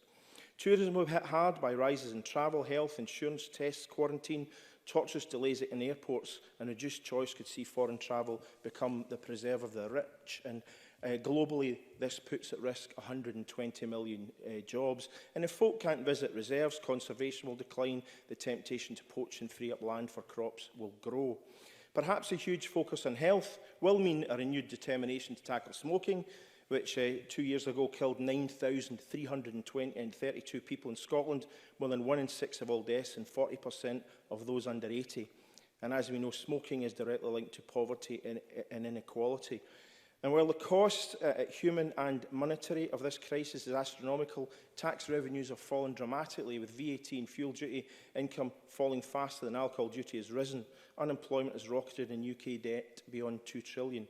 This seems to be ignored by those who urge superficially attractive interventions like making all public transport free, without even a cursory attempt at explaining how such measures can be afforded with a weakened tax base. So, Presiding Officer, if we're not to say goodbye to much of our hospitality, aviation, tourism industries and enjoy normal social interaction, social distancing must surely end with the pandemic after a reasonable transition post-lockdown. And we must hope preparations are now being made to restart schools in August. Last week, Prime Minister Edouard Philippe in France said reopening schools were an educational, social and Republican priority, while keeping children at home for months could lead to a spike in dropouts and become a time bomb. All evidence suggests that the longer we keep our schools closed, the wider the educational attainment gap will be, as Ian Gray mentioned. French schools reopened yesterday, as did Norway's, following on from Denmark's last month. Sweden's never closed. Whilst almost 90% of those who die of COVID-19 are over 65, many young people see their future disappearing before their very eyes. A higher proportion suffer from lockdown loneliness and depression than any other age group. Professors Oswald and Powdy of Warwick University argue that easing the lockdown, beginning with young people in their prime and gradually extending it to other low-risk groups, would lead to substantial economic and societal benefits without significant health costs. It's certainly something we should look at. Thank you very much. I'll call Miles Briggs to be followed by Christine Graham. Thank you, Deputy Presiding Officer. And I'd like to start by thanking the organisations such as the RCN and BMA who have provided useful briefings for today's debate. And I want to begin by putting on record my sincere thanks to each and every one of our NHS and care workers who have done so much in the last few weeks to look after the most vulnerable in our society during these unprecedented times. We owe them a huge and continuing debt of gratitude, and we should give a special mention to our nurses today as we mark International Nurses Day 2020. The contribution which they have made and all the emergency and key workers have made has truly been remarkable, and we're fortunate indeed to have such committed professionals in our country. We should also, I believe, pay tribute to the tens of thousands of volunteers who are making such a difference supporting their communities through this crisis. And we agree that a successful test, trace and isolate strategy, which the Scottish Government has committed to bringing forward, will be essential if we are to truly suppress coronavirus and move back towards normality. But it's understandable that there's been some scepticism about how effective the implementation of this strategy will be when the number of actual tests carried out in the first phase of this crisis in Scotland has failed to meet the targets set when community monitoring has also been so limited. Edinburgh University's Professor Linda Bold, one of our most highly respected public health experts, has spoken out about the problems facing the strategy in the time it's taking between tests being carried out and results for patients being delivered at the current rate of 30 hours to actually get a result. Other countries are getting their test results back in 4 hours. So we need to make sure that the wait time for the results is as low as possible, which is going to be a significant challenge when we're seeking to scale up testing and at the same time. And this is an urgent issue and one which must be addressed. And this is the need for the Scottish Government to be able to convince people that we have a robust workforce plan in place to actually recruit and staff the needed testing and tracing element of that. And that has been... Yes. Alice Cole-Hamilton.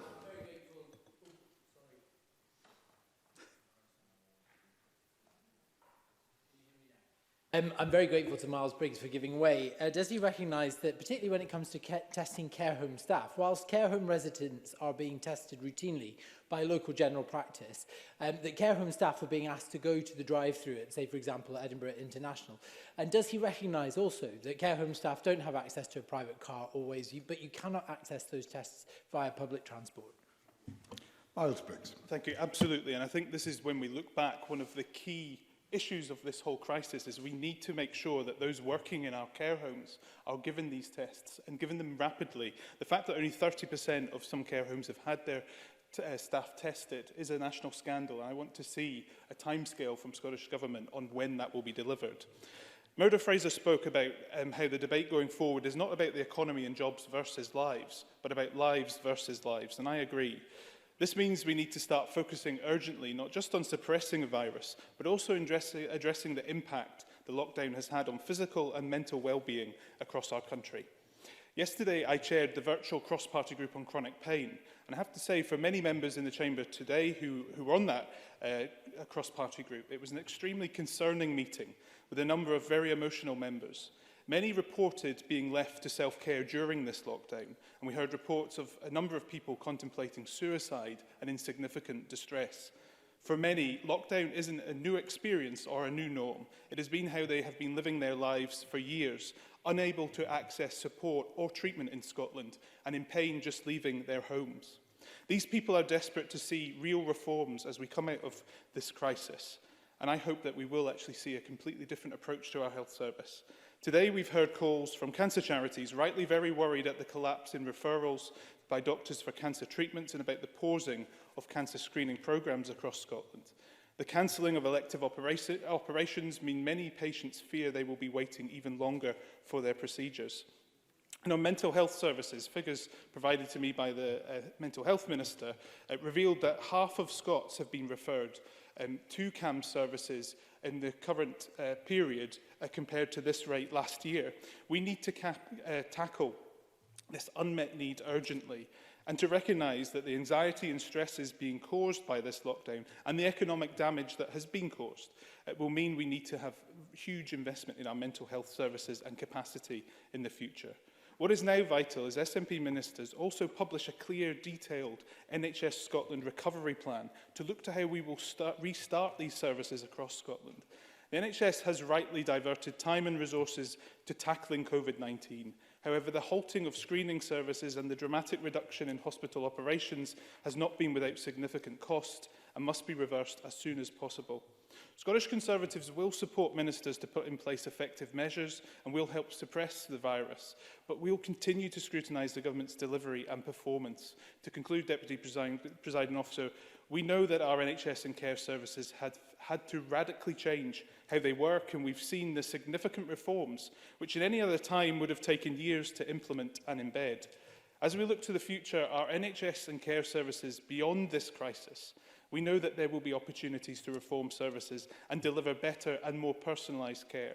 We owe it to all those who have stepped up to support our NHS and care sector during this crisis, not to go back to missed targets, increasing waiting times, poor workforce planning and the mismanagement of our NHS estate.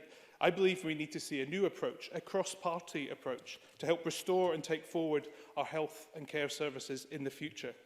Great countries come together to turn challenges into opportunities, and I hope in the coming days, weeks and years, we must all work to build that better Scotland. Thank you. Thank you very much. And to make the first remote contribution to a Scottish Parliament debate, I call Christine Graham, to be followed by Gillian Martin. Christine Graham. Thank you very much, Presiding Officer. I speak, as you can see, from my home, socially distancing in my 9th week, living alone and unable, like members there, to come in to the chamber. This is tough, and that can't be said often enough. It's getting tougher, yes. Are folk beginning to be elastic about the rules? Yes. Are we out of the woods or even near the edge of the woods? Well, no. Are we all in the same boat? Definitely not. From my constituents who are stuck in flats, to businesses, to grandparents, losing touch literally with their grandchildren, families stuck in bad relationships, trapped with bad neighbours, and so on. Each one of us is having a similar but very different experience. I'm lucky. Most of us are just trying to get through it and hoping that sometime we'll see an end to this. That said, in my view, the time is not right to lift the lockdown, though I welcome the increase in outdoor activity. One look at the dreadful and continuing death toll, the valiant endeavours of all on the front line, the health professionals, the carers, the folk at the checkout, driving the trains and the buses, lifting our bins and getting the mail and the parcels to us, and many, many more, puts an onus on us to do our bit. It's a reminder to us all that hard, very hard though this is, we have to stick with it. We, I hope, will, like others, re-evaluate what matters in society, who is of value, and do more than just applaud. I include too our research scientists here and worldwide, on whom we pin our hopes for a treatment or a vaccine. Fear has made us compliant, and that is no bad thing. So warnings about where we would be if the virus was given even the slightest chance to take off again cannot be made often enough.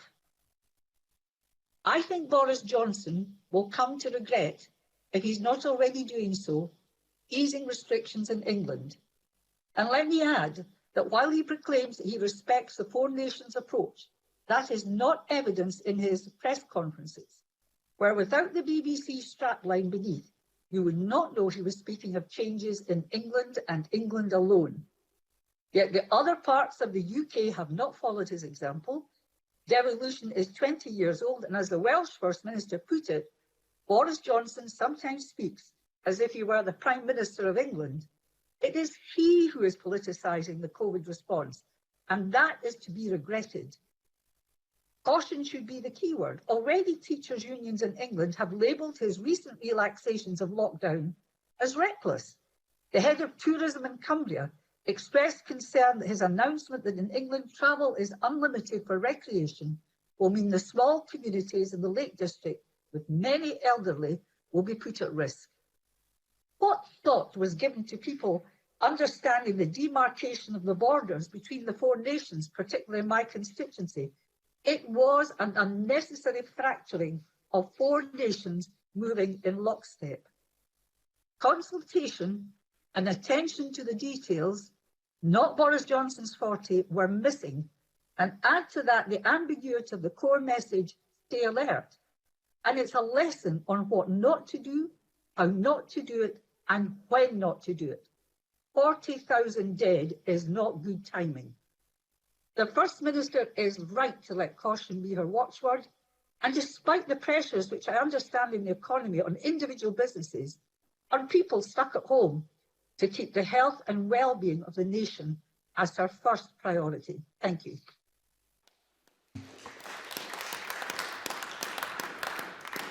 Thank you very much. I call Gillian Martin, to be followed by Neil Findlay. Thank you, Presiding Officer. It's hard to stand up and give a speech in our vision of a Scotland managing the next phase of COVID-19 that isn't simply full of questions. We're all feeling our way, and there are still so many unanswered questions about the nature of the virus that make it even more difficult for us to navigate the next steps. I'm glad we're having this debate so that as one Parliament we can debate ideas and suggestions that might get us closer to a manageable and safe plan to move on from lockdown that has public confidence. One thing I feel stronger than ever is after the Prime Minister's address on Sunday that our public messaging should be unambiguous. With all due respect, his message was not. And I think that our stay-at-home message is the right one at the right time for us. I also think that each devolved nation should be facilitated as much as possible in making the arrangements they feel are right for their population. We hope that this is our only lockdown, but we can't be sure, and the agility needed to make quick decisions and the support for the devolved nations to do so must be there for the foreseeable future. Now, I want to move on and talk about some of the conversations I've had in my area about how we move on to the next phase. This morning I was on the phone to Mr Doug Bain, who runs Bain's Coaches in Old Meldrum. He's concerned that public confidence in using public transport will take a long time to come back. Now, Mr Bain and I have had quite a few chats over the years about what his business is doing to reduce its carbon footprint. He's a bit of a trailblazer in that regard in my constituency. But today, in addition to his obvious worries about the future viability of his business, he's concerned that any temporary gains we might have made in emissions reduction during lockdown are the calm before the storm. He sees people after lockdown being nervous of using public transport and taking to their cars in a volume never seen before. He worries the positive things that we've learned in this past few weeks will roll back. Now, after speaking to him, I was thinking about public spaces more generally, and it strikes me that more than ever, those who work for us, keeping our shops, schools, public areas clean, are going to have to be treated better, and their ranks will need to increase. The level of cleaning that will need to take place in shared spaces of all types will have to go up several gears. And this is a business overhead increase that will have to be swallowed if public confidence is to come back and people are protected from infection. And it also adds more fuel to the arguments, very strong arguments, that we've been involved in during this crisis about the value we place on workers who have historically been undervalued, but on who we depend, as so eloquently put by Angela Constance in her amazing speech. The carers, the cleaners, the supermarket workers, the nurses, valuing them is more key to our recovery as a society, as well as being a moral obligation for what they have already done for us. And we must also harness the strides we've made in being able to work remotely, flexibly. We cannot go back. Agile, flexible remote working is doable. We've proven that. We're proving it today. And for many of us, that commute is just not necessary. But also helping each other more. We're being more community-minded than before. We're cherishing our families more. We're talking about revolutionary ideas like universal basic income. Let's not roll any of that back. I want to turn to a summary of the many conversations I've had with so many of my constituents in Aberdeenshire East about their own economic situation as workers in the oil and gas industry or in the supply chain. And I want to borrow some words from my colleague Maureen Watt, who's not able to be here today, who described what we're facing in the North East as a triple whammy. North East livelihoods are being hit by 3 tsunamis all at once: COVID-19, the looming Brexit, and the oil price that is through the floor. My inbox is full of individuals who've not been put on furlough, but have instead been made redundant, because furlough is only for people who have jobs to come back to. A post-COVID North East needs to be given particular and urgent attention to make it the focus of the green economic recovery. We do and will have thousands of skilled people with no jobs who will be ready and very willing to be deployed in the infrastructure of future energy. Any plans that we might have had for hydrogen production must be accelerated. Any plans we have had for carbon capture must be ramped up. Let's rapidly harness and deploy our North East talent organisations, universities, to use this time now to come back after this crisis with a stability of employment of the type that moves this nation forward to a low emissions future and creates new green fuels for export and for powering our economy. I'd also like to put on record my ask of the Government to resume the Transition Training Fund or similar to assist the workers in the North East who will not have jobs to come back to and will need to retrain. I have one final thought on how we help people adjust to a world in which COVID-19 exists. In addition to the social distancing, the test, trace and isolate measures the Government have put in place, remote working becoming the norm for so many, and an increased regime of hygiene, I do believe that wearing a face covering should be a condition of entry into shops and other enclosed places where social distancing might be more difficult. I think we owe it to the hard-working staff putting themselves on the front line and having to engage with so many of us over their shift. In public places like shops, clinics and public transport, they can't work from home, and I don't want to put them at any more risk. I'd also just like to put on record my thanks to the staff of Oakbridge Care Home in Glasgow, who are looking after my gran as she has her final days, not because of COVID-19, but because she's 96, and that's just the way it goes. To Meldrum Academy, who are helping the kids at that school, including my daughter, get through their hires. And to the staff at ARI, who saved my sister's life 3 weeks ago when they took her in for emergency surgery in the middle of this dreadful pandemic. And we are so grateful to you for doing that. Thank you, Presiding Officer.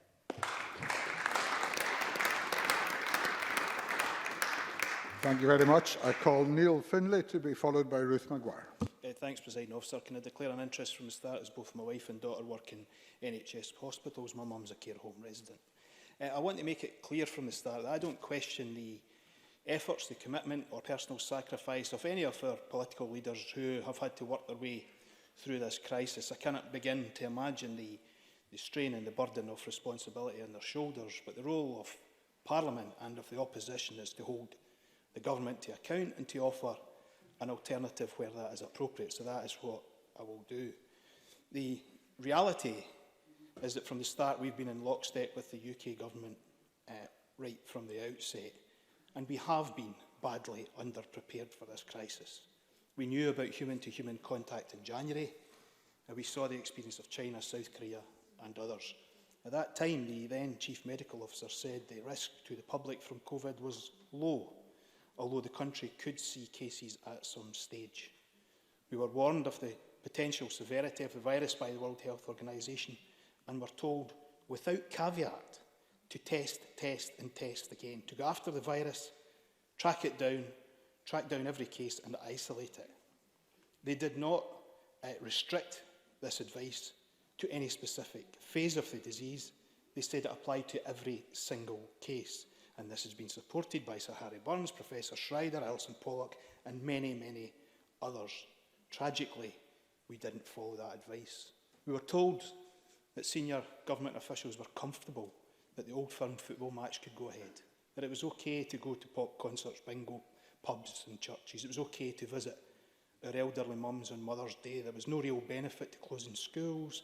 Masks didn't help, that we had adequate PPE, we had more than enough testing capacity, and that instead of preventing the spread of the infection, we wanted to smooth hospitalisation. That is the very essence of the herd immunity approach. All of these positions, every one of them, has been dropped, reversed or changed. So we have to learn from these mistakes and the mixed messaging that came with it. But the greatest lesson going forward for me is on testing. On the 10th of March, Dr Smith, who is now the Chief Medical Officer, rightly in a paper on the Scottish Government website advised that a highly effective way to protect the public from infections like COVID is through a method called contact tracing. He was right, but we failed to act on that advice. The First Minister said we had the greatest testing capacity in the world. The National Clinical Director said in Scotland we would potentially be testing 1.2 million people. To date, we haven't reached 100,000. Care home and NHS staff have gone for weeks without regular testing of staff. These are the people on the front line. They must be regularly tested. They must be cared for and valued as we go forward. They need much more than our warm words and sympathy. We have to stop the discharge of patients from hospital to care homes when their COVID status is still unknown. I've been contacted by a number of care home staff this week and families of residents, people across Scotland, and they tell me that not all care homes have adequate space, adequate staffing or adequate PPE for strict multiple isolation of residents.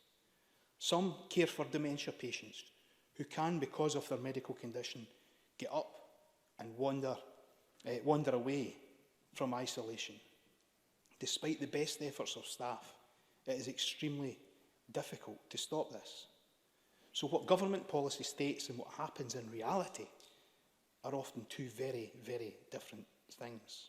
And we can't dismiss people who raise these concerns with us by just saying this is the policy, because the reality on the ground is often very different.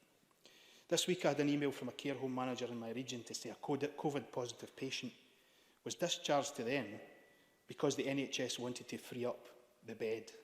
Now, I don't understand why this is necessary when many wards at this time are significantly under capacity, and nurses have told me that that some of the wards have had no patients at all in them during this period. So why would we discharge the care homes when we have capacity in the hospital sector to keep them safe until they're clear of the disease? With that capacity in the system, it makes much more sense to establish the patient's COVID status before discharge to care homes, or indeed their own home, where they will mix with family or with carers coming to their house. Presiding Officer, we were told in the early stages of this disease that TTI was applied to every case. And I referred to the letter earlier, but NHS Lothian told me that before contact tracing was abandoned, between the 6th and 13th of February, 17 cases were identified, with only 30 families in the whole of Lothian over a 5-week period contacted via contact tracing. If we scale that up across that same period, we're talking about 60 cases nationwide. So we made a decision to abandon contact tracing at that time, and the reason given was because of capacity issues and a belief that the NHS wouldn't cope. We abandoned that at a time where we only had 60 cases. Now, 8 weeks later, and 14,000 cases later, we're trying to roll out contact tracing. We were clearly, woefully unprepared for it, and we simply must learn the lessons from it. Earlier, I raised the issue of the Nike conference in Edinburgh. I've just saw something from the BBC that tells me that in Seoul, in South Korea, there has been an outbreak in a nightclub. 102 cases identified. Already, within a few days, 10,000 people have been contact traced in Korea. 10,000. That's the real contact tracing we should have. Finally, Presiding Officer, I've heard the First Minister say throughout this crisis we need a grown-up conversation and transparency over decision making. I agree 100%, but it's not transparent. It's not grown up to dismiss claims about lack of PPE, or indeed to suggest that we are doing everything successfully, when the reality is we have some of the worst death rates in Europe. Thank you very much. I call Ruth Maguire to be followed by Liz Smith.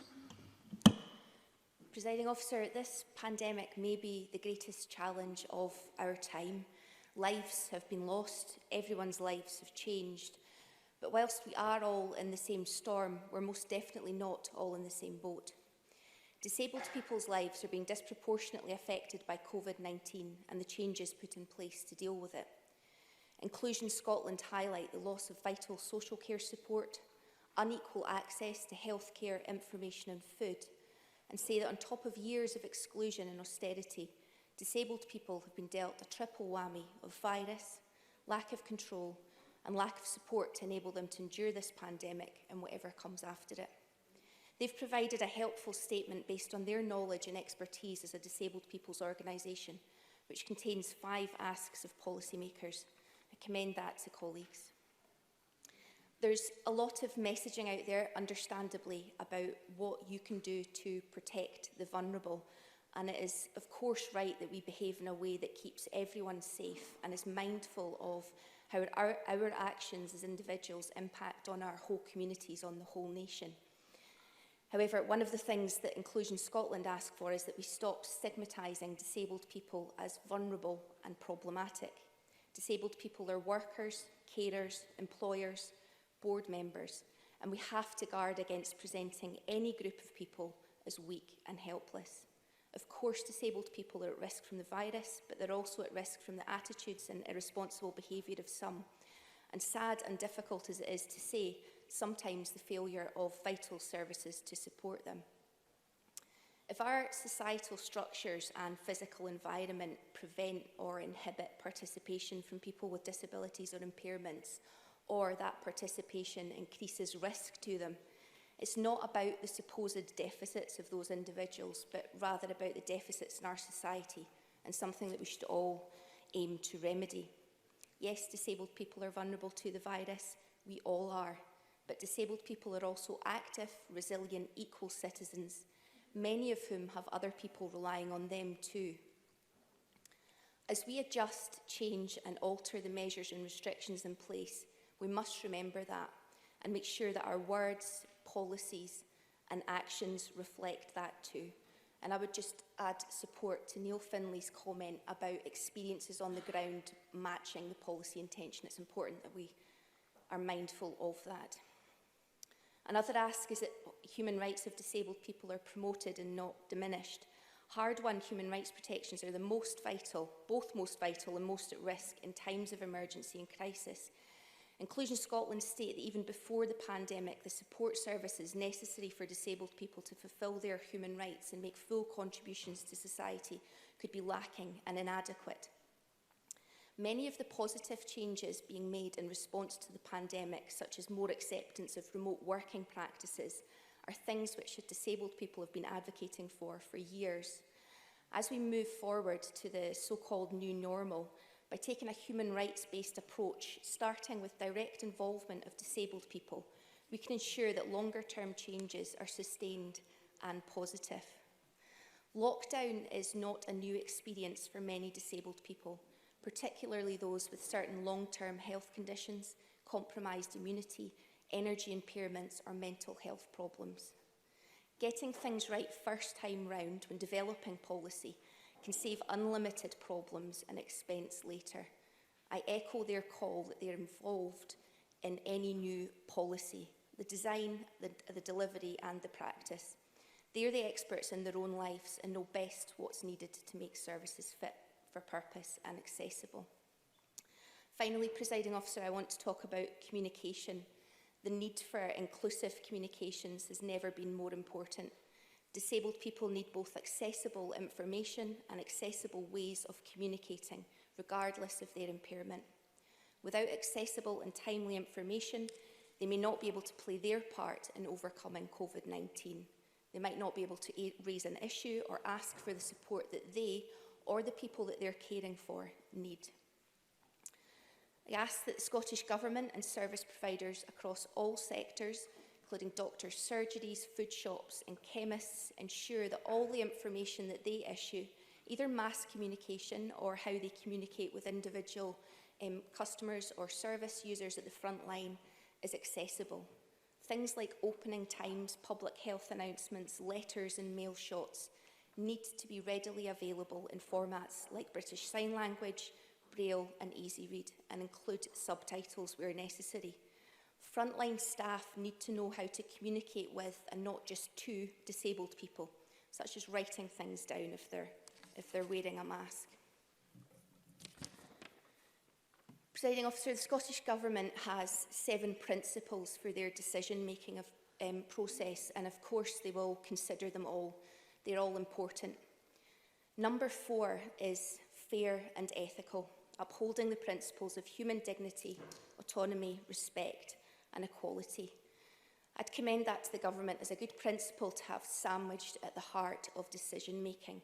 And just echo the calls from colleagues Alison Johnson and Angela Constance that this place that we're travelling to can be better. It can be fairer than the one we've left. Presiding Officer.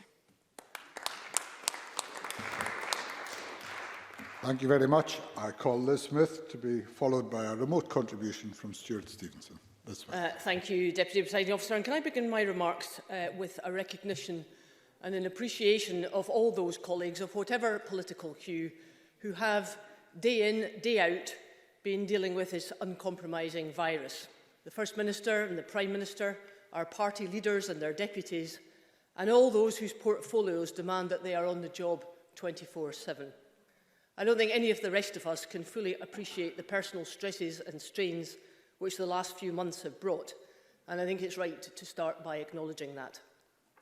In this place, when we are so used to party political conflicts that are the lifeblood of traditional parliamentary debate, and the divisions that have become commonplace as a result of both the constitutional and Brexit issues, we sometimes forget that we are all in this together. COVID-19 is changing politics just as it is changing life in general. So now, more than ever, we need to be bound by the facts and by the advice of those out with politics who have the necessary expertise to inform us about the medical and scientific developments, all made so very difficult by the fact that there are still many unknown things about COVID-19. This common enemy is silent. It is undiscriminating in its attack, it has long-lasting and damaging effects, and it clearly has features where, as yet, we are totally unclear. And just for a minute, that should make us stop and think about what we expect from our political dialogue.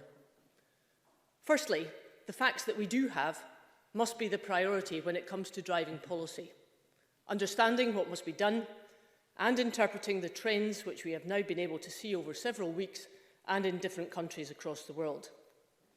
These facts are surely the most important evidence which must be regularly and consistently put before the public, not just to be used as underpinning political decision-making, but also to hold government to account. One of the reasons that we've come thus far in tackling the virus is because the public recognises and accepts the full extent of the dangers of the disease and the necessary rules in place for lockdown and social distancing. That public trust factor has been essential in ensuring that people do not break the rules, and also, and just as importantly, to understand the reasons why they are in place. And that includes, surely, transparency and accuracy about the interpretation of the R number. That is consistently so important to any government when it is taking decisions. And of course, the temptations to come out of lockdown become greater as we continue. As we see different countries abroad in different parts of the UK moving at different rates, of building construction sites and garden centres being open in England but not in Scotland, of golfers and tennis players resuming activities south of the border and not in Scotland. And while these differences may be relatively small and hopefully in existence for a fairly short time, there is the need to weigh up the medical evidence in the different parts of the UK about the virus against the measures for lockdown and the effects that that will have in the future.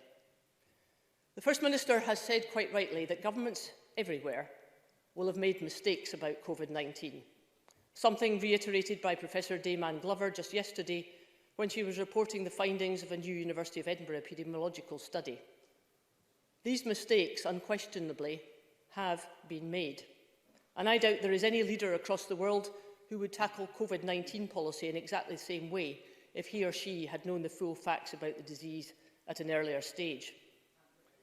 Presiding Officer, we all know that there are very strong reasons for wanting to end lockdown as soon as possible, principally because of the growing need to find economic stimulus and to address the many other non-COVID health concerns of this terrible virus.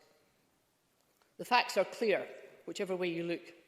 The number of businesses who have lost their struggle to survive, the downturn in GDP, rising unemployment, the numbers of cancelled non-emergency operations, the toll on cancer patients who have appointments for their treatments have been cancelled, and of course the terrible strains imposed on mental health, which cannot be reduced to mere numbers or percentages. So the pressures could not be more real. And as Murdo Fraser said earlier when he quoted Professor Linda Bald, this is a question of lives against lives. The balance between saving lives now and saving lives in the future. And then we come to the issue of messaging, which has obviously drawn so much comment in recent days. And yes, there has been some confusion. But I don't believe that anybody has got their messaging spot on. And perhaps we shouldn't be surprised by that, because the messages which the disease itself is giving us is also mixed. So the predictability of what will happen next, where and when, is a very serious issue. And I think it's easy to see why there will be different responses, even if we might prefer it to be otherwise. Because the practice and the theory of this is not in lockstep. Presiding Officer, this terrible disease does not recognise borders or boundaries, and tackling it requires a common approach in principle, clearly informed by the science. The fact that it is moving at different rates is important and must surely inform government decision-making. That informed reasoning, in detail, must be clear to the public so that there is both an understanding and acceptance of the way in which this battle will be fought. Nothing else, Deputy Presiding Officer, will safeguard public trust and government action. Thank you very much. I now call for our second remote contribution of the afternoon, Stuart Stevenson, to be followed by Anna Sauer. Stuart Stevenson. Presiding Officer, by this stage of the debate, much of what can be said will generally have been said. But this subject is so wide, encompassing everything we do and every person in Scotland and indeed world, it's unlikely to be the case today.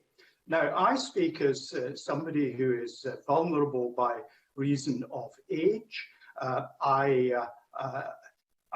I've been actually fitter than I've been for many years. In the 8 weeks that I've been absent from Parliament, I've walked about 300 miles, so my body's fitter. I've been able to write a daily diary, so far 62,000 words, so my mind's fitter.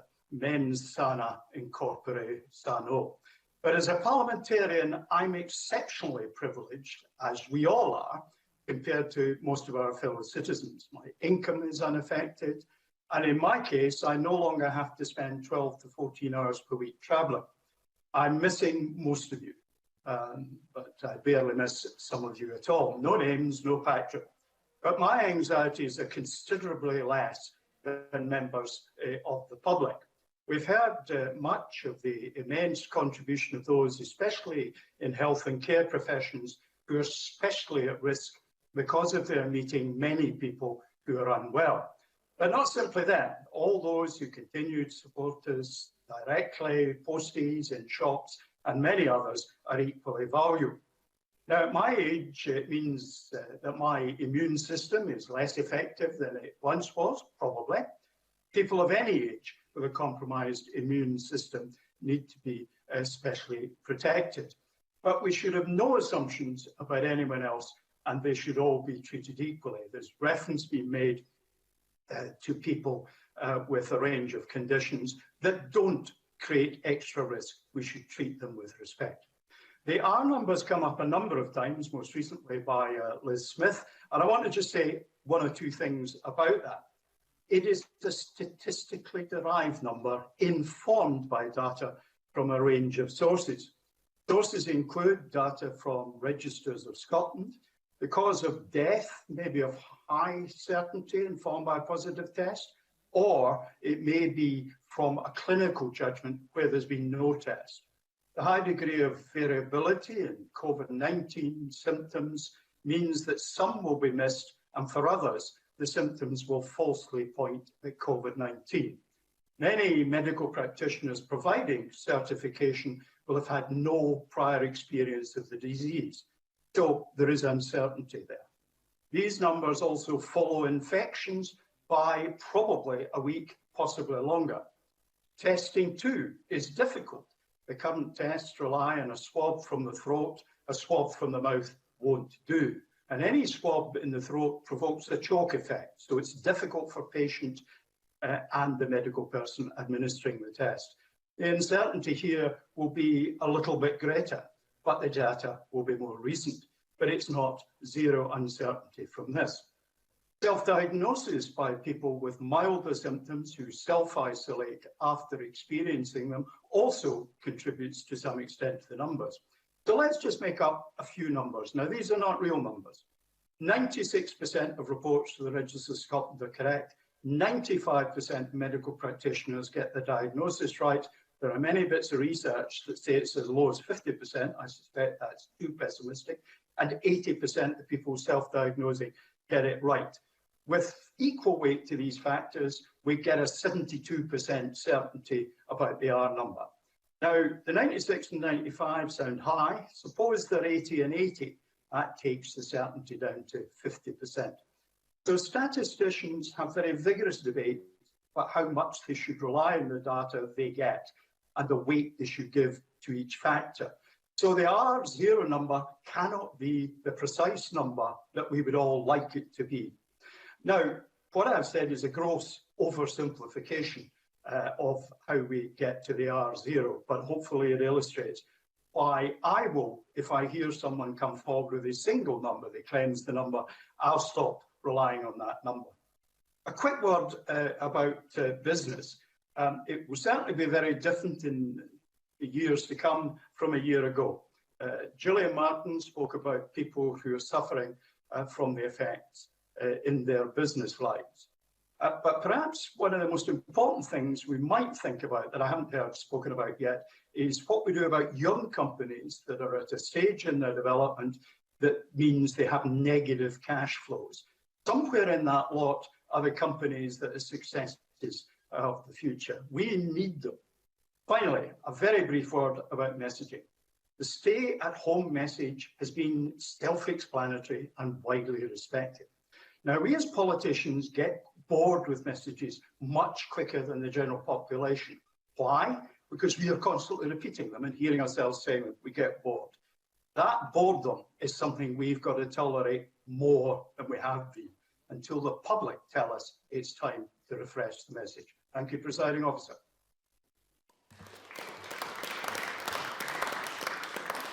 Thank you, Mr Stevenson, and thank you in particular for observing the formalities in standing to deliver your speech. Now, before we move to closing speeches and Monica Lennon, we've got time to squeeze in an additional contribution from Anas Sarwar, between 3 and 4 minutes, Mr Sarwar.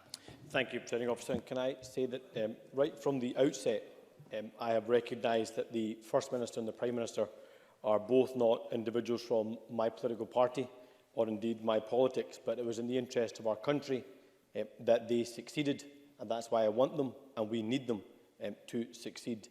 And it's also to the credit of our First Minister that she has recognised that she and her government will not get everything right, and that having scrutiny and challenge was an important part of our democracy. And that is why I have always sought throughout this last 8 weeks to recognise the unenviable task that ministers face, to try and ask questions with a kindness, and I hope that kindness can last for a number of weeks going forward, but also to ask questions in the spirit of challenge and to try and drive the government's response in a helpful, I hope, helpful way. And that's why I think it is disappointing that we had the statement on Sunday that we did from the Prime Minister. I can't have been the only one that will have felt a little demoralised and a little flat, that it seemed like that consensus across the UK was now seeming to split, and that risked the consistency and the clarity of the message, regardless of which side we want to lay the blame at. I think that was a really unfortunate step for all of us. I do think there are important issues that should remain our focus: PPE, testing, care homes, and the wider communication strategy. I also think it's important to recognise that we do have a natural cognitive bias to judge the Scottish Government to a different standard to the UK Government, to perhaps have a different measure of success for our Scottish First Minister than we do for a UK Prime Minister. I think it's right for us to ask questions of the Prime Minister around PPE, but we should also look at our own performance on PPE here in Scotland, and there have been far too many deficiencies. I think it's right to ask questions about the testing regime of the UK Government, but we should also ask questions about the Scottish testing regime. I don't think it was right that Matt Hancock manipulated the figures to show that we had 100,000 tests in England, but just the same way, I don't think it's right that we have one of the lowest testing rates of any of the 4 nations here in the UK. I don't think it's right that we've had took too long to have transparency around what was happening in our care homes, but we've got to look at what's happening in our care homes here in Scotland. I think it is completely unforgivable that we are not ensuring that we only ever transfer someone into a care home if they have been tested and passed as negative for COVID-19 before they are in a care home, with no compromise. No one into a care home unless they are negative. And I also think we should have mobile testing units so we can actually go out and test in individual care homes themselves. And also we say we want a test, trace and isolate strategy to get us through to the next phase. Well, we've got a great test bed for a test, trace and isolate strategy, and that is our care homes. If we cannot test, trace and isolate in care homes where there might be no more than 100 people in any setting on any given day, then how can we say if that test, trace and isolate doesn't work in a care home with 100 people, how is it going to work for a country with 5 million people? So we've got to get our test, trace and isolate system correct. And in closing, Presiding Officer, I recognise that the First Minister is better at communicating than the UK Prime Minister. That's a very welcome thing. But a government communication strategy is not the same as the infection elimination strategy. And what we need is an elimination strategy that we can all get behind together. Because this is a fight for all of us. We will fail or we will succeed together. And I wish the government all the very best in the future endeavour. Thank you very much, Mr Sarwar. And we move now to closing speeches. I call Monica Lennon before I call Adam Tompkins. Monica Lennon. Thank you, Presiding Officer. Contributions have been thoughtful, they've been moving and they have been constructive. And I think that's really important because the coronavirus pandemic has changed all of our lives. But as we heard from Christine Graham, not everyone is in the same boat. The burden that is being felt is not being felt equally. And if you are low paid and working through the COVID-19 crisis, you are more likely to die. So it's right that the immediate focus of this Parliament is on the next phase, looking ahead, how we recover. But in doing so, we will also need a deeper understanding of what we could have done better and how we managed to get some decisions and some responses wrong. Mistakes have been made. No one would have expected every government to get every decision completely right. We're already starting to look back in astonishment that football games, concerts and big gatherings like the Cheltenham Festival went ahead well into the middle of March. The consequences or potential consequences of those decisions are quite stark, especially when you listen to the scientists who took part in the BBC Disclosure programme, which was aired last night, which also shone a light on the heartbreak that this virus has caused. And I extend my condolences to everyone who has lost a loved one during this crisis. The scientific modelling that we heard in that investigation shows that if we had locked down earlier, over 2,000 lives could have potentially been saved in Scotland, and that's 4 out of 5 Scottish COVID deaths. But history will judge us on how we recognised and responded to mistakes that were made. And that means that we have to get things right from now on. That does mean more dialogue, more transparency and more information put into the public domain. And I was pleased to hear the Deputy First Minister in his opening remarks say that the Scottish Government is committed to intensifying dialogue with the UK Government so that there is no room for confusion. And I hope that that responsible approach will be reciprocated by the UK Government. And Murdo Fraser made a really good point when he said that we do have to be led by the science with the understanding and the caveat that that will always be imperfect. But he's right that the public have the right to be better informed of the science, and we need to know what is underpinning political decisions. So I hope we do see more transparency and a step-by-step plan, because we've got work to do. We have to get our NHS working again, working safely. And I hope that we can all agree that that's one of the key priorities in the days and weeks ahead, because deaths from COVID-19 are not the only tragedy from this outbreak. There's a very high number of excess deaths that need to be explained. We're seeing some horrific things happening in our care homes, and that is of huge concern to all of us. And we know that the infection rate is as high as 73% in some care homes. Other members have touched on some of the very real threats to life right now around mental health and suicides, around alcohol and drug abuse, and of course domestic violence. As Christine Graham reminded us, that not everyone at home is having a good time right now. Professor Linda Ball told the COVID-19 committee last week that we really need to get cancer screenings up and running again. The workforce is ready, but there's a feeling they're being held back because of issues around PPE and also making safe non-COVID spaces within our hospitals. So the Minister for Trade, Investment and Innovation, who is in the chamber, him and his team have been doing a power of good work in terms of trying to repurpose some of our manufacturing here in Scotland. I think there's more that we can do, and I know we've all had inquiries from businesses in our own areas. So I think if we can make sure that we match up those offers with the government's response, because I was concerned to hear that McPhee, who have a plant in Tannockside in my parliamentary region, have been forced to furlough 45 staff because they thought that they were providing 250,000 hand gel products to government, and that doesn't seem to have happened. So I hope... Yes, please. Minister Ivan McKee. Just for the record and to clarify that, McPhee did complete the orders that they were contracted to do, as another Scottish business is now carrying on with that work, bottling the product coming out of Callachem. Monica Lennon.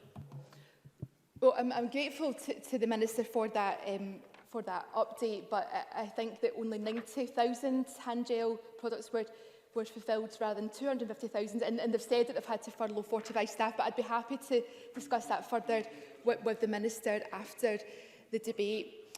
Because the PPE issue is really, really important, because one worker without PPE is one too many, and that's what's been happening. I think the other thing that we need to do, and it's not the fault of government, but I think we all have to call out blatant profiteering when we see it, and that is happening. We've got suppliers based here in Scotland who were charging pennies for a box of masks just a matter of weeks ago, and now they're charging £25 for the same box. So we need to call that out too. And in social care, I've been deeply distressed by the experience of many people who have had their social care packages reduced, or in some cases cut completely. Other members have touched on the impact on disabled people. Ruth Maguire and Miles Briggs made the point that lockdown is not new to some people. So I think we have to take the concerns of Inclusion Scotland and others really, really seriously. On testing, other members have touched on it, and I know we're pushed for time, so I just have to repeat again, test. That has to be our ambition at every opportunity. Questions over how and why our testing capacity wasn't at that appropriate level at the beginning of this pandemic is something that we will have to get to the bottom of. But for now, the very least we can all do is raise our ambitions about how we rectify this over the weeks ahead. And today is International Day of the Nurse, so I echo the sentiments of the RCN, the BMA, Unison and others who recognise the contribution of our frontline health workforce and the need to continually support them in the weeks and months ahead. The toll of this outbreak is and will continue to be significant when it comes to the emotional well-being of staff. And as GMB Scotland have been saying the last few Thursdays, it's what we do after the applause that matters. The risk of burnout remains high. So we will work with the government and others to ensure that the well-being of staff is at the fore. In conclusion, Presiding Officer, the challenges of the last few weeks in our care homes, around PPE, in our hospitals, around testing, these are challenges that are not going away. And it's the role of this Parliament and all MSPs to keep asking the right questions of government and to work constructively in all of these issues for the benefit of the people of Scotland. We do need to see a roadmap, a way forward, but we do need to make sure that we don't rush too quickly. So we have to stay alert to complacency and to casual disregard to rules and guidance. And we have to be alert to the fact that there's a danger that we're going to take some of our key workers for granted.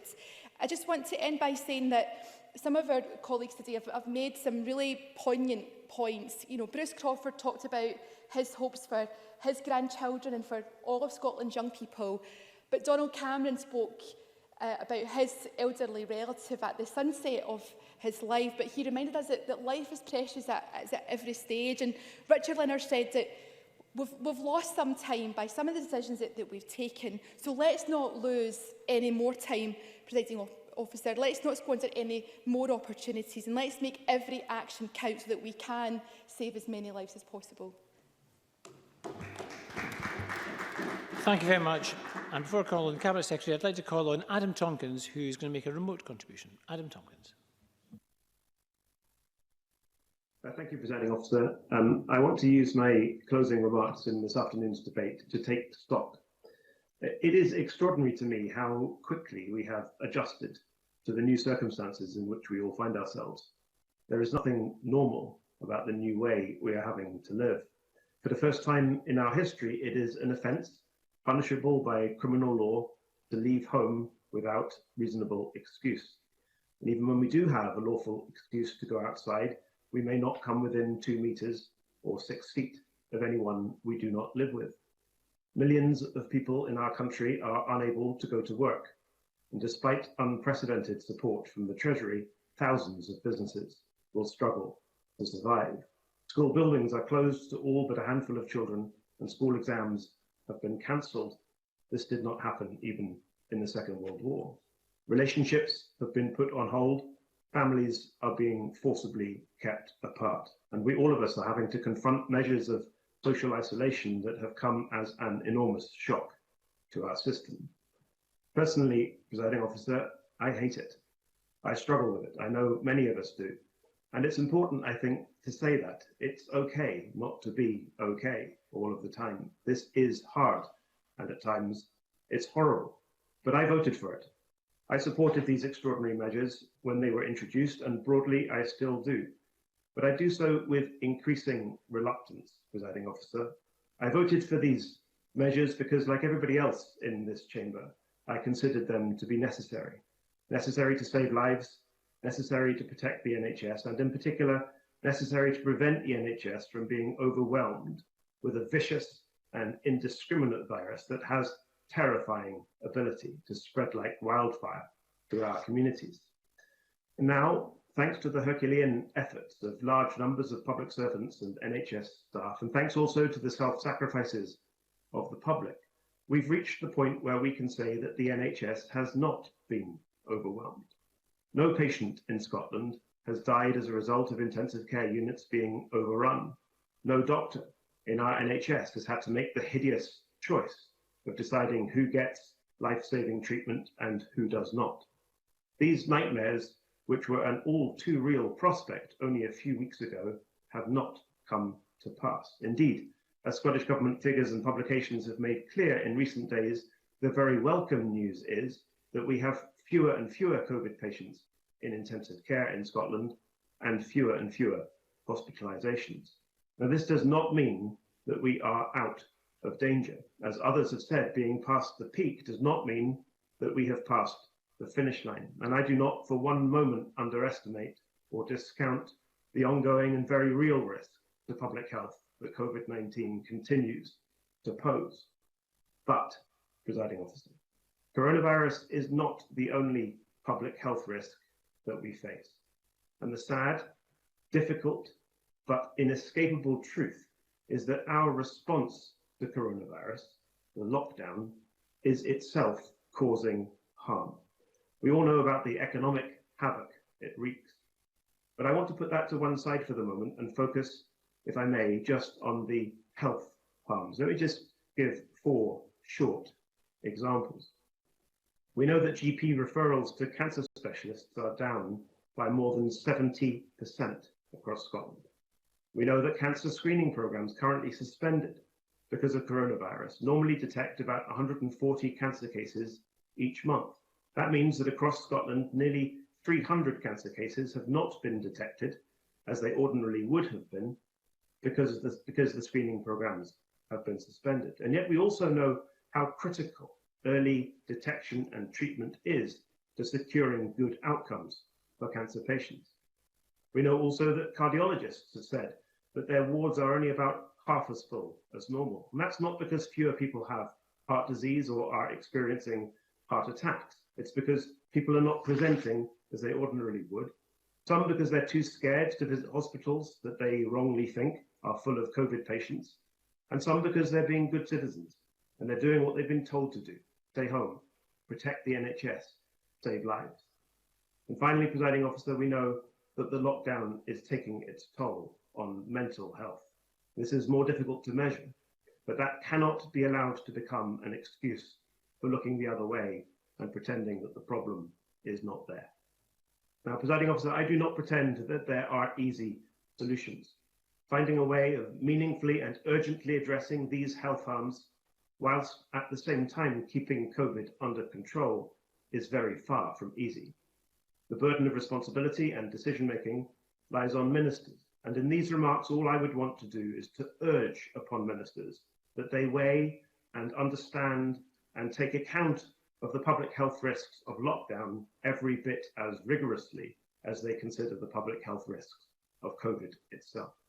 Which leads me, Presiding Officer, to my final point this afternoon. When he gave evidence to the COVID-19 Scrutiny Committee last week, the Deputy First Minister, Mr. Swinney, told us that the R number, the rate of viral infection, is the critical, the determinative, and the most fundamental piece of information that we have in assessing where the balance of risk lies. I agree. But that makes it essential, Presiding Officer, that we have maximum transparency about what the R number is. How is it arrived at? Is it an estimate based on modelling, or is it a fact based on data? How reliable is it? How robust is the science that underpins it? How quickly does it change? Now, the Scottish Government have asserted that it is currently higher in Scotland than in other parts of the United Kingdom. And how do they know this? And why is this? Is the R number consistent across Scotland, or does it vary from region to region? Is it really the same in densely populated Glasgow as it is in the very different demographic of the Highlands? And given how crucial, determinative, and fundamental the R number is, Presiding Officer, it is astonishing how little we understand the answers to any of those questions. I said a few moments ago that the burden of decision-making rests on ministers, and so it does. But we know from decades of history, Presiding Officer, that ministerial decision-making is vastly improved when it is subject to full parliamentary and public scrutiny. It is imperative, Presiding Officer, that ministers share with us their full intelligence on the R number, how it's calculated, and how reliable those calculations are. In closing, Presiding Officer, I return to my opening point. We are debating the most extraordinary powers, the biggest single curtailment of our human rights and civil liberties in my lifetime. When we legislated for these powers, we insisted, right across this chamber, we insisted that we would tolerate them only for as long as they are strictly necessary. And to meet that test requires at least the following two things. It requires us as parliamentarians to have the courage to talk openly about not only the health harms of COVID, but also the health harms of lockdown. And it requires ministers to be open and transparent with us about the apparently all-important R number, around which there remains, I'm sorry to say, far too much mystery and obscurity. Stay safe, everyone. Thank you very much. Thank you, Mr Tompkins. And I call on the Cabinet Secretary John Swinney to wind up our debate. Cabinet Secretary. Presiding Officer, this has been a very valuable debate this afternoon, and I thank members of all political persuasions for their contributions, and I thank particularly the contributions that we heard remotely from Adam Tompkins, from Stuart Stevenson, and of course what could be more appropriate than for the inaugural remote contribution to be from the redoubtable Christine Graham. So the debate has been very valuable. It has highlighted the importance of evidence and scrutiny in handling the scale of the challenge that we face as a society, which is why at the outset of my remarks I indicated the Government's willingness to bring this debate forward, and also the willingness of ministers to participate in the work of the COVID committee, to which I have already been a participant. Mr Russell has likewise, and other ministers will similarly be prepared to do so. Equally, we've tried to furnish the discussion that we have to have as a country as to how we progress from where we are today in what I accept from what Adam Tompkins has just said, the most unusual of circumstances that none of us could ever have imagined, of this constraint on our, the constraints on our freedoms, to discuss and to consider how we progress out of this, because we cannot stay in this position forever, but equally we have to tread with a great deal of caution as to how we move from where we are today. So the government has tried to furnish that debate by a number of different elements. First of all, by the publication of the framework, the original framework document. Secondly, by following it up by which set out the 4 harms that we were trying to reconcile, which Adam Tompkins talked about there very vividly, about the importance of non-COVID health-related harms. We acknowledge that. That's right at the heart of the framework that we've put in place, that we have to wrestle these competing sentiments and these competing strains in our judgment. So we started that analysis, that discussion with the framework document. We followed it up by the options that we would consider in a range of different areas about encouraging more movement for people, which we've now done with the greater exercise. The possibility, secondly, of greater family connection. Thirdly, of addressing the point that Adam Tompkins made about elective healthcare, more routine healthcare treatments that we need to get reactivated. About the reopening of schools and the steps that we take in that direction, and then the recommencement of wider business and economic activities. So we set out those as the options which we said we would look at and consider and model, and of course we are doing so. And then thirdly, we published the evidence base that lies behind that, and it's a document which I fear that many members of Parliament haven't noticed that we've published when I listen to some of the contributions. But we've published the evidence base that underpins much of that thinking. But I've listened carefully to the points that Willie Rennie has made about understanding some of these details, that Murdo Fraser has made, and I will consider with ministers how much more information we are able to make available in relation to some of the scientific data that underpins the judgments that we're making. It's, the government's not making up these numbers. These are numbers that are being created for us by epidemiologists, not by ministers. Of course, sir. Andy Whiteman. I thank the Minister for taking intervention. I welcome his concession on that point, because in a response to a written question to Neil Finlay, the Cabinet Secretary for Health said that they would not be publishing any of the scientific advice going to ministers. Now, I recognise that advice to ministers is routinely not published. It's not FOIable and it shouldn't be. But in these particular circumstances, I think this is very, very important. I also noticed comment about the evidence base that was published, and I read that document very carefully. It didn't actually say anything about the basis for calculating the R number, and it didn't say anything either about the assessment of other harms that are caused by lockdown, for example. So I think that kind of information would be very, very valuable. Cabinet Secretary. Encourage Mr Whiteman to read the first framework document, which went through all the issues about the relative harms. So it's not, I don't think it is, frankly, good enough to cherry-pick individual documents and say there's something missing. You should look, there's a suite of documents the government have put in place which reflect this point. But we will consider the issues that have been raised in the discussion and will reflect on how more information can be put in place which enables members to be informed about the issues that ministers are wrestling with. Because that brings me on to what is at the heart of this debate, which is and I think it's been acknowledged by everybody, which is the careful judgment that's got to be exercised at this moment. And believe you me, it is a very careful judgment. The government has decided not to change fundamentally the stance that we are taking because the scientific information in front of us does not give us confidence that it would be safe to do so, that there would be too much harm caused if we took that step. Now, other ministers in other parts of the United Kingdom have taken slightly different steps.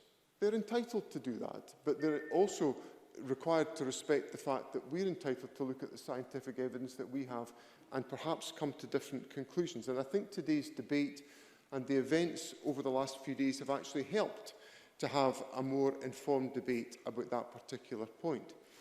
But Donald Cameron, I felt, highlighted the issue here very powerfully with the illustrations he put forward of striking the right balance between keeping people safe and enabling people to have some of the attributes of normal life to which they would have reasonable expectation. That fundamentally is the dilemma that ministers are wrestling with as to how we can be assured that we are fulfilling our duty to keep the public safe, but also taking careful and considered steps about how we relax some of those constraints to enable people to get on with life. But we have to be conscious of the powerful point that Bruce Crawford made, which is every time we take a step to move away from the current lockdown, we are adding cumulative burden to the risk of infectiousness within our society. So I understand the need to restart elective healthcare. I understand the need to restart businesses. I understand the need to get the schools back. But if we do it all in a wunner, the cumulative effect of that will be unbearable on the control of coronavirus. And we have to take, and we need to, that's why the framework was put in place to enable us to reconcile some of these points. In amongst all of this, people are experiencing great loss and hardship. We've talked about those who have lost loved ones. Christine Graham made a really powerful contribution about the circumstances that some people will be enduring.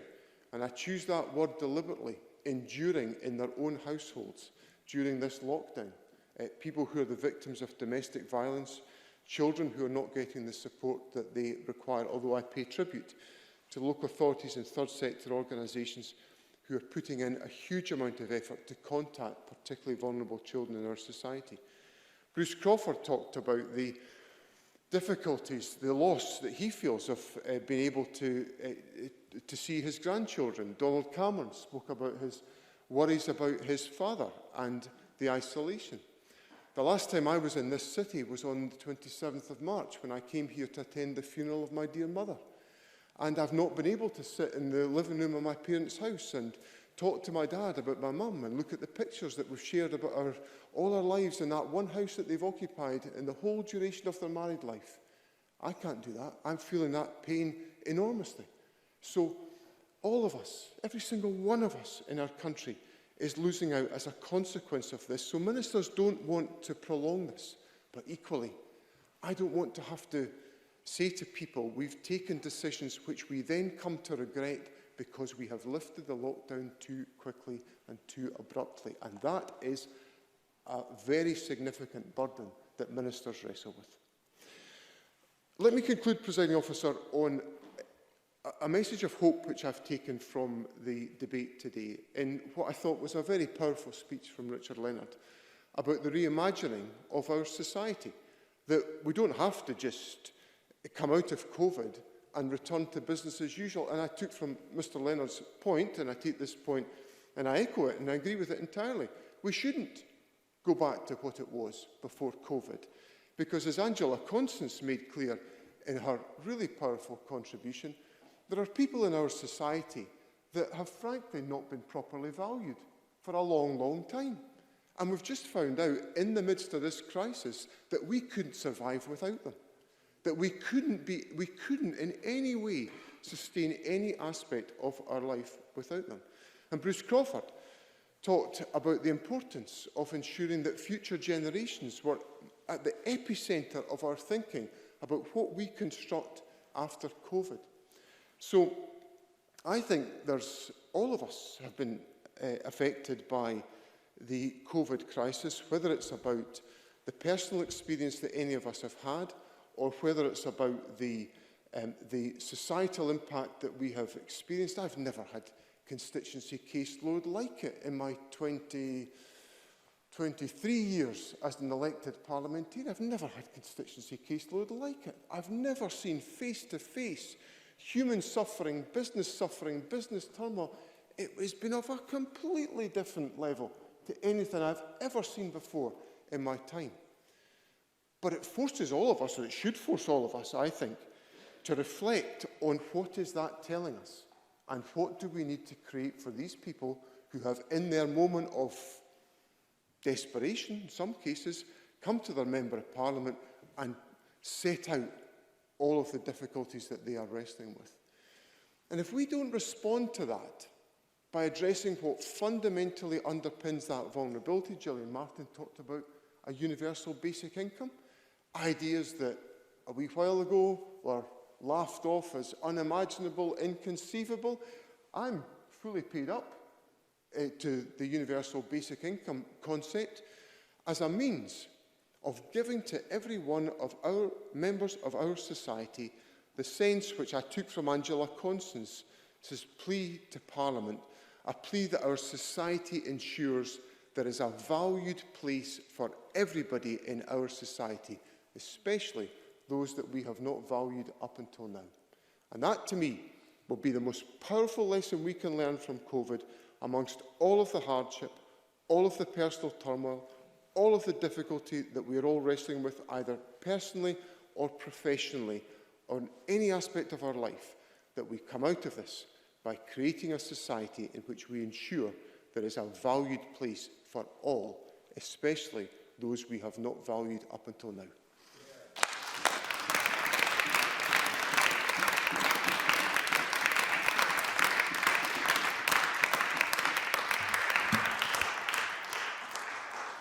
Thank you very much, colleagues. And that concludes our debate on suppressing COVID, the next phase. A point of order, Neil Findlay. Presiding Officer, I reluctantly raised this this time after the debate that we've had, but I feel I have to. During her answer to my urgent question, the Cabinet Secretary said in response, and referring to the first COVID patient in Scotland, and I quote, "In the first instance, we said the patient was a resident of Tayside, and we believe that they contacted the virus in a country where the virus was present. We didn't name the country. Our approach has been consistent in all of this." However, on the 1st of March, after the Nike conference, before the Nike conference outbreak was recognised, the Scottish Government website carried this statement: "First coronavirus case in Scotland. A patient has been diagnosed with COVID-19 in Scotland. The patient is a resident of Tayside and has recently travelled from Italy." So, the government named the country. It has not been consistent. It has treated the outbreak at the Edinburgh Carlton differently from the first outbreak in Tayside. So I wonder if the Cabinet Secretary will ask the Cabinet Secretary for Health, first of all, to correct the record, but more importantly, to explain why we haven't seen consistencies between the first case in Tayside, where patient confidentiality was clearly treated differently, to the Edinburgh case, where patient confidentiality was named as the reason why this was not made public. Thank you very much, Mr Findlay. The issue is not a point of procedure for me to rule on. However, he has drawn the matter to the attention of the Government, and I'm sure the Cabinet Secretary will have taken note. Thank you very much. We're going to move on now to the next item of business, which is consideration of motion 21711 in the name of Michael Russell on treating the Coronavirus Scotland No. 2 bill as an emergency bill. And could I ask Graham Day to move this motion? Moved, Presiding Officer. Thank you very much. And the question on this will be put at decision time. The next item is consideration of 3 Parliamentary Bureau motions. Again, could I call on Graham Day on behalf of the Bureau to move motions 21720 on suspension and variation of standing orders, 21721 on suspension and variation of standing orders, and 21722 on designation of a lead committee. Moved, Presiding Officer. Thank you very much. So we come to decision time.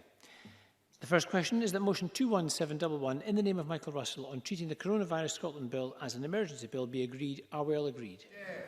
We are agreed, thank you. And I propose to ask a single question on the 3 Parliamentary Bureau motions. Does any member object? No. That's good, okay. The question is that motions 21720, 21721 and 21722 in the name of Graham Day on behalf of the Bureau be agreed. Are we all agreed? Yes. We are agreed. Thank you very much, and that closes decision time. I close this meeting.